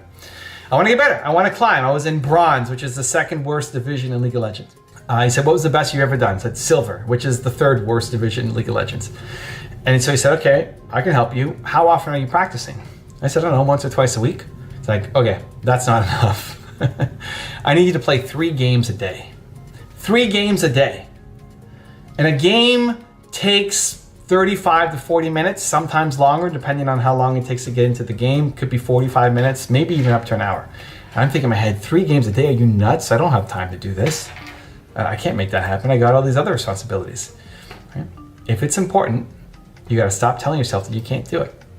How do I justify playing 3 games a day when I have all these other stuff I need to do? I need to run a business. I want to scale. I want to grow my YouTube channel. I want to grow my impact. I need to write my book. I need to launch my YouTube course. I need to spend time with my wife and my family. I got lots of other things that I need to do. I need to sleep, all of it. How do I justify spending 3 games a day to improve my Teemo? I don't have the time. Your actions map to your ambitions. I look at my calendar, I made a way. I'm gonna do it. I wanna get better. I wanna improve. Now, I don't do it when I'm traveling, so I'm here in LA right now, so I haven't played my 3 games since I've been away. But when I'm in Toronto, pretty much every day that I'm in Toronto, I'll get my 3 games in. And I've gotten better. The results speak. I went from bronze to silver, and now I'm climbing up through silver, and I'm hopefully, the goal is to get the gold by the end of the year. So now it's the fourth worst division, and you're starting to get, once you get in the gold and you get a little bit higher, now you're starting to get some kind of, not reputation, but significance, and just like you're actually a semi-decent player, right? So I'm chasing down my League of Legends goals. Because your personal goals, you may be watching and thinking, well, why are you wasting your time doing it? It's a personal goal to me. It might be a waste of time to you, Maybe building a deck for your backyard is a big waste of time for me. Maybe making your own clothes or whatever other hobby you have, cooking or crafting, is a big waste of time for me, right? So don't judge somebody else's personal goals. This is a personal goal of mine. I want to chase it down, and I want to not tell myself that I don't have the time, right? As soon as you hear yourself say, I don't have the time, you're not taking control of your calendar. You're not taking control of your life. Of course you have the time. You choose not to prioritize it. That's the change in language you need to make. You're not allowed to say, I don't have the time. Instead, I choose not to prioritize it. Because now you're in charge. Now you have nobody to blame. Because when it's somebody else's fault, when you don't have the time, that's not your fault. That's somebody else's fault. That's everybody else who has demands on your time, right? You can't do anything about it. So let's just stay here and never accomplish your goals. You choose not to prioritize it. Once you take accountability, once you take responsibility to say, I'm going to take control of what I want to do in my life, that's when everything starts to change. You look at the people who've made big money, they've been chasing something that they love doing. Because otherwise you won't put in enough work. If you're just chasing an opportunity, you're probably not going to make it. If you don't love it enough, the people who love it will crush you. Like if salsa dancing was the hot trend for 2020, you can say, great, I'm going to make tons of money salsa dancing, being an instructor. And then I'll do that for 3 years and then retire and go travel the world and do what I love. You'll never make the money salsa dancing because Alex is going to destroy you. Sorry. Yeah, because he loves it, right? Because you'll be a wannabe and you'll never put in enough work to actually get great at the thing. Like if you're going to work with somebody who's going to be in your production, and they just want to make it as an actor because they think it's a path to make tons of money. Because Brad Pitt makes $40 million a movie or whatever it is. But they don't actually care about being a good actor. They're not even going to get into your show. Like you're going to spot that out and say, no, I need people who actually care about the craft. You don't have to be an extrovert to sell. You also don't have to be a slime ball to sell either. All you need to sell is a vision that you believe in and a passion to make it come true. And if you don't learn to effectively sell, that genius idea that you have in here that can serve the world will never come to fruition and you'll never get the impact that you're after. So I'm here in LA, and over the past 2 days, I've been on the podcast for Jordan Belfort, Wolf of Wall Street, and Jay Abraham, who's the legendary marketing guru for Tony Robbins and Damon John and a whole bunch of other people. And I'm on their podcast, and I'm telling them that they need to be on YouTube, that they need to get their message out. I want to see them more heavily invested. I want to see their message reach the world. And 5 years ago, Evan of 5 years ago would have been too afraid, too humbled, too worried that I might not be perfect, that I wouldn't be able to persuade them to do the thing, and so I wouldn't have tried. And I still have a bit of that in me. When Jordan Belfort asked me, how good are you? Like, how good at YouTube are you? And the answer that I gave was, within the thought leadership world, if you want to help entrepreneurs, I'm top 3-5 in the world. Even as I say it, it feels weird saying it, because the Canadian or Carmichael kind of humbleness is pumping in, but it's also true. Because when you're talking to somebody who is not super familiar with what you're doing, they're trying to get an understanding. When I'm talking to Jordan Belfort and trying to give him an understanding of what I do and why my message is so important for him, I'm trying to serve him. I'm trying to help him. I want him to win. So the credibility is important. It backs it up, and me not strongly believing in myself means that he won't believe in me either. And one of my favorite messages from Jordan, and I told him this at the beginning of the podcast interview, was sales is about a transfer of certainty. Of all the things I've learned from Jordan Belfort, that is the number one thing that still rings true in my head. Sales, if you want to sell people, you want to persuade them on something. And it's, again, not for nefarious reasons, not to screw somebody over, not just to get their money. You want to persuade them. I'm here trying to persuade Jordan, trying to persuade Jay, trying to persuade lots of other people to take their message and put it up on YouTube to spread it to the world. It's for them, right? I got frustrated with Jordan halfway through the interview, and he said, why are you frustrated? Because he's making it a joke and having fun, and he loves having fun on the show, and it's a more entertaining show. He's way more funny and entertaining than I am. I told him, you're doing this for the audience because people will watch the show. I'm doing this for you. Like, we're here at a limited time, and I want you to win. I want to get this out of my head into yours so you can go take action on it, right? So the ability to sell and persuade is based off your ability to transfer certainty. And so when you fully believe in the thing, when you fully believe in the thing, like this is right, this is the thing that has to happen in service for your customer, in service for your audience, you have to do this, not for me, but because it's the best thing for you. When you fully believe it, then you have to go all in on it. You have Michael Jordan level talent at something, but instead of being world class at that thing, you settled for being just above average at something that you should not be doing. Albert Einstein once said, everybody is a genius, but if you judge a fish by its ability to climb a tree, it will believe its whole life that it is stupid. That's most people's problems. You are a fish, and you're trying to climb a tree instead of going and being great at swimming. This is the exact problem that I am on a mission to solve. So I recently had a young entrepreneur come to one of my Toronto Q&A meetups that are free, that I host every week, and he said, Evan, I have a problem. I'm trying to decide between what my parents want me to be, which is an architect, and what I feel a yearning towards, which is being a musician. And I don't know what to do. I don't know how to decide. I don't know how I'm going to be a success as a musician. I don't know how it's going to work out. And my parents want me to be an architect, and there's this clearly defined path for how to do it. And he's afraid. And I think that's so many people. There's this safe, perfect path that has been designed that people have done forever and ever and ever and ever and ever. Or there's this new, crazy, messy, unrealistic, unsafe, unsure path, which is following your passion, being an entrepreneur, and trying to figure out where you're supposed to go. Here's the thing. If you only go down that safe path, if you only take that job, if you only listen to your parents or other people and you do what they want you to do, you're always going to be unhappy. You're always going to know that there was this thing inside you that you could have done, that you didn't take action on, and you hate it. It's never been easier to actually be yourself and build a business and have success being uniquely you, right? This was not open to your parents and definitely not your grandparents. The ability to be an entrepreneur on the side, making money using your phone, is something that your grandparents don't understand. It's totally wild. And so you are a unique individual, right? You are, I am, we all are. You have unique interests, personality traits, belief systems. You're unique. You need to do something unique.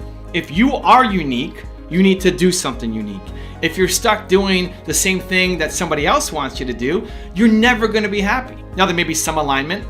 You may not absolutely hate the job that you're at, but you know you're capable of more. You're Michael Jordan. You are the Michael Jordan of something. You're a genius, an absolute bona fide genius at something. This is why I think it's the world's greatest problem. This is why I do what I do every single day in making this content and videos for you, because I want to unlock people, hopefully more than one at a time, but even if it's just one person who watches this video and gets unlocked, I'm pumped. Because I think if everybody is off doing the thing that they are a genius at, man, I want to live in that world. Hope without action leads to pain and suffering. Watching videos like this is not enough. It might give you hope, but hope that is not tied to action and you doing something will mean you never accomplish your goals. The answer is always action. It's hope and then action. And when that doesn't work out, more action. And when that doesn't work out, more action. So a couple years ago, I was in New York and I was meeting with my agents, and one of them said, what am I trying to do? What's my vision? What's my mission? What am I trying to accomplish? And I said, I wanted to spread belief. I wanted to spread hope. And he jumped all over me about the hope. Like, you want to spread hope? Hope's not enough. You can't just do hope. And I remember walking away, he's like, what's he talking about? Hope is so important. If you don't have hope, how are you going to believe in yourself to go chase something down? Without hope, you got nothing, right? Without hope and belief, you got nothing. Where I realized the difference in the thinking is the usage of the word is people hope things will happen. It's not having hope in something. It's hoping that it's going to happen, and then they sit on their bed, sit on their couch, sit at home and do nothing. That kind of hope, that's not a strategy. Hope and belief is your first step. It's your first entry point in. You have hope that things will happen. But then you got to get up and do something, right? And so figuring out that message when I was talking to my agent didn't come to you right away in the moment, because at the same time, as much as I'm filled with hope and belief in humanity and what we can all do, I'm working, right? I'm taking action. I'm making 3 to 4 videos every day. We haven't had a day in the past 5 years where a video hasn't gone up. Every single day. I don't know what that consecutive streak is, but it's long, it's big. I'm working my face off every day in the achievement of my mission. But I also love hope and belief. It's why I have this channel. It's why I have my other channels. Is I want to be around people who've done a lot more. I want to learn from the greats. I want to learn from people who know more than me. And when I see that, it gives me hope that it's possible. It gives me belief that it's possible. That if they can do it, I can do it too. But you still have to do it. The ability to do it versus actually executing and doing it are two very different things, right? The difference gap is going to be the action. And so, yes, I want you to have hope. I think it's important, but it's not the only thing. You got to make sure you turn that hope and not just rely on a strategy, but you're doing the daily work to chase down your dreams. People aren't lazy. They just don't have dreams that inspire them. They default to thinking, I'm a lazy person. I don't have ambitions. I don't know what I want to do in life. I'm just a loser. No, you just don't have a dream that makes you want to go off and do something. And until you figure that out, you're going to be in this constant cycle of feeling like a loser. It's one of the most common questions that I get asked on my IG streams. I go live every single day on Instagram, at least right now while I'm on my tour. And every single day I get asked some variation of, Evan, I'm lazy. How do I get out of it? Evan, I'm procrastinating. How do I get out of it? One, you don't call yourself a lazy person. There's no such thing as a lazy person. If you are procrastinating or you're being lazy, right? You are being lazy doesn't mean that you are a lazy person. There's two reasons why you're doing it. There's two reasons why you are being lazy. One, you don't have a dream that's big enough. You don't have something that inspires you. You don't want to get out of bed in the morning. If I was an accountant, I would be a really lazy accountant. I would hate my life. Not to knock accountants, it's just not for me. If I was a video editor, I would be lazy. I would hate my life. I don't want to be a video editor. I don't want to be an accountant. Actually, there's most things in the world that I don't want to be. And if you forced me to do that, I would be lazy. That's 95% of America. I think 95% of America wakes up and drives to a job that they hate. And then they're lazy there. But they have dreams, they have ambitions. You have Michael Jordan level talent at something. You just have to find it. And so if you don't know what that thing is, then it's your duty to go off and explore. You test, you try, you see. You say yes to a lot of stuff. Like, this is the most important thing that you need to figure out in your life if you don't know what your dream is. You have to go off and try things. Just like you won't get married until you go on dates. You won't get married to an idea until you go on dates, until you try it, until you say yes. And the acid test is, did I like it? Do I want to go back? Does this fill me up? Did I enjoy the process of it? Can I see myself doing this and having fun? Because when you're having fun doing the work, that's when it will fill you up. That's when you won't be lazy. And there has been times in all your lives where you felt that, where you felt the joy, the energy, the ambition, the drive. And so you need to capture that and say yes and find what it is that your big dream is. What is the most constructive criticism you've ever received? Can you go to next question? I don't know. No, this is a good question. Come on. No. Okay, go to next. Are you serious? We're Yeah, gonna skip this? That's a great question. No, I had a great answer, Believe Nation. Anyway, you moving tell on. me afterward. How often do you take stock of your life and evaluate the direction you're going? When you do, Okay, next question. I don't like this one too. because it's too long, right? She's already zoning out. If you can't answer the question in 10 words, she's out. Okay. Where's someone you never want to travel to and why? That's a pretty What fast did you one. just say? Whoa, I didn't even hear what you said. Where is somewhere you'd never want to travel to and why? I want to travel everywhere. It can be even like something small, like a sewer. No. It doesn't have to be a country. Would you want to travel to a sewer? No. Okay, well, take it something like that. Okay, not sewer. Okay? No, not a sewer. Something similar. I don't know. What else? How about a slaughterhouse? No. What? Where would there be a slaughterhouse? I don't know. General. Like you could pick. You don't have to pick like China or something. You could pick a. So mean. No, I'm saying you don't have to pick something. You don't have to be a city or a country. You could pick I something don't know. else. Anywhere that it's thrill. Like horror, I don't like to go. Oh, there you go. Like a horror amusement park or something. Yeah. Yeah. Okay, that's a good one. That's a good one. Good answer. Good answer. Good answer, Nina. Good answer. Good answer. I would say space. Why? Well, don't you want to go? I would like to go to space. I have no interest in going to space. What if I say, hey, Evan, I want to go to space and I want you to come with? Wow. You want to go to space? Yeah, why not? It's cool. I mean, You get to control. you get to control what? Like, you're in the space, you move, you could, That makes no sense. You get to control, you get to move? What? You just want to float? Yeah. Swim. No, I don't like swimming. The fastest way to learn anything is to model someone who has done it before you. You don't need to have all the answers yourself. You don't need to have decades of experience to win. If you want to shortcut your path and stop wasting time, you need to learn to model success. So I recently came back from speaking in Phoenix. I was at an event with Brendan Burchard and Dee Graziosi and Eric Thomas and a bunch of amazing speakers. And I have a lot of experience in speaking. I've been listed by Forbes and Inc. magazine as one of the greatest speakers in the world, super humbling award, but I still want to get better. I still want to learn. I still want to improve. And so before getting on stage, I was talking to Brendan Burchard backstage and he said, hey, I'm going to watch your speech. I'm going to finish my interview here and I want to make sure that I watch your speech. And so I get on stage and it's tons of fun. I come back out and Brendan is running down the aisle and he's got his hands up and he's super excited and he said, that was amazing. And he's telling me about how great the speech was and how much I helped his audience and thanking me. And I said, amazing, thank you so much, appreciate you. Let me ask you, how do I make it better? You've done a lot of these, you've done more than I have. You're filling out, huge rooms full of people. How can I get better? I want to model success. I want to learn from somebody who's done more than me. And chances are something great's going to come back, right? Like, tell me I suck, Brendan. Tell me I suck. How do I improve? And he gave me a bunch of great feedback. He said, one, I need to use the stage more. So I was walking kind of like this. I was walking around like this and at a slow pace because I think as I'm going. But he said, no, you need to walk faster. You need to walk faster like this and always facing the audience. And there's this giant stage that I was speaking at. And he said, you got to make sure you hit both sides of the stage at least 4 times. If you're speaking for an hour, you got to hit both sides of the stage at least 4 times because, Evan, what you did really well was you kept the people's focus who are really in front of you in this circle, but the people who are out there, they didn't connect with you as much. Great, awesome feedback. I got to take that home and improve. He also said to be bigger and more animated. And this also makes sense from my salsa background. When you're doing performance on stage, you need to make everything big. Because the people who are up front can see you, but the people who are at the back, they can't see the expressions, they can't see the movement. So it's got to be bigger than you would normally do it. And so even though I knew that lesson from a different set of experiences in salsa dancing, I hadn't applied it yet to my speaking.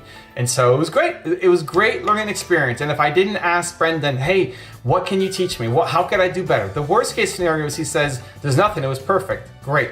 I want to know how I can improve though, right? And he gave me 2 pieces of advice that now I could take into my next speaking gig to make it even better, right? That's the idea of modeling success. You find people who've done it before, who are better than you at least one certain thing, and ask them, how did they do it? And ask them to critique you and break you down, because through that, you will shortcut your path to getting there faster. Because you made it this far in a video, I want to celebrate you. Most people start and don't finish. Most people never actually follow through. Most people say they want something, but they don't ever do the work to actually get it. But you are different. You are special. Believe Nation, you made it here all the way to the end, and I love you. So as a special celebration, if you put a hashtag believe down in the comments below on this video, I will showcase you and celebrate you somewhere on the screen in a future video because you are awesome. If you want to watch another top 10 rules of Evan Carmichael, check out the video next to me. Continue to believe. I will see you there. You have these moments that are bold, that are courageous, that make you feel unstoppable and you can do anything. And then you fall back down because the environment is the thing that's keeping you small. It takes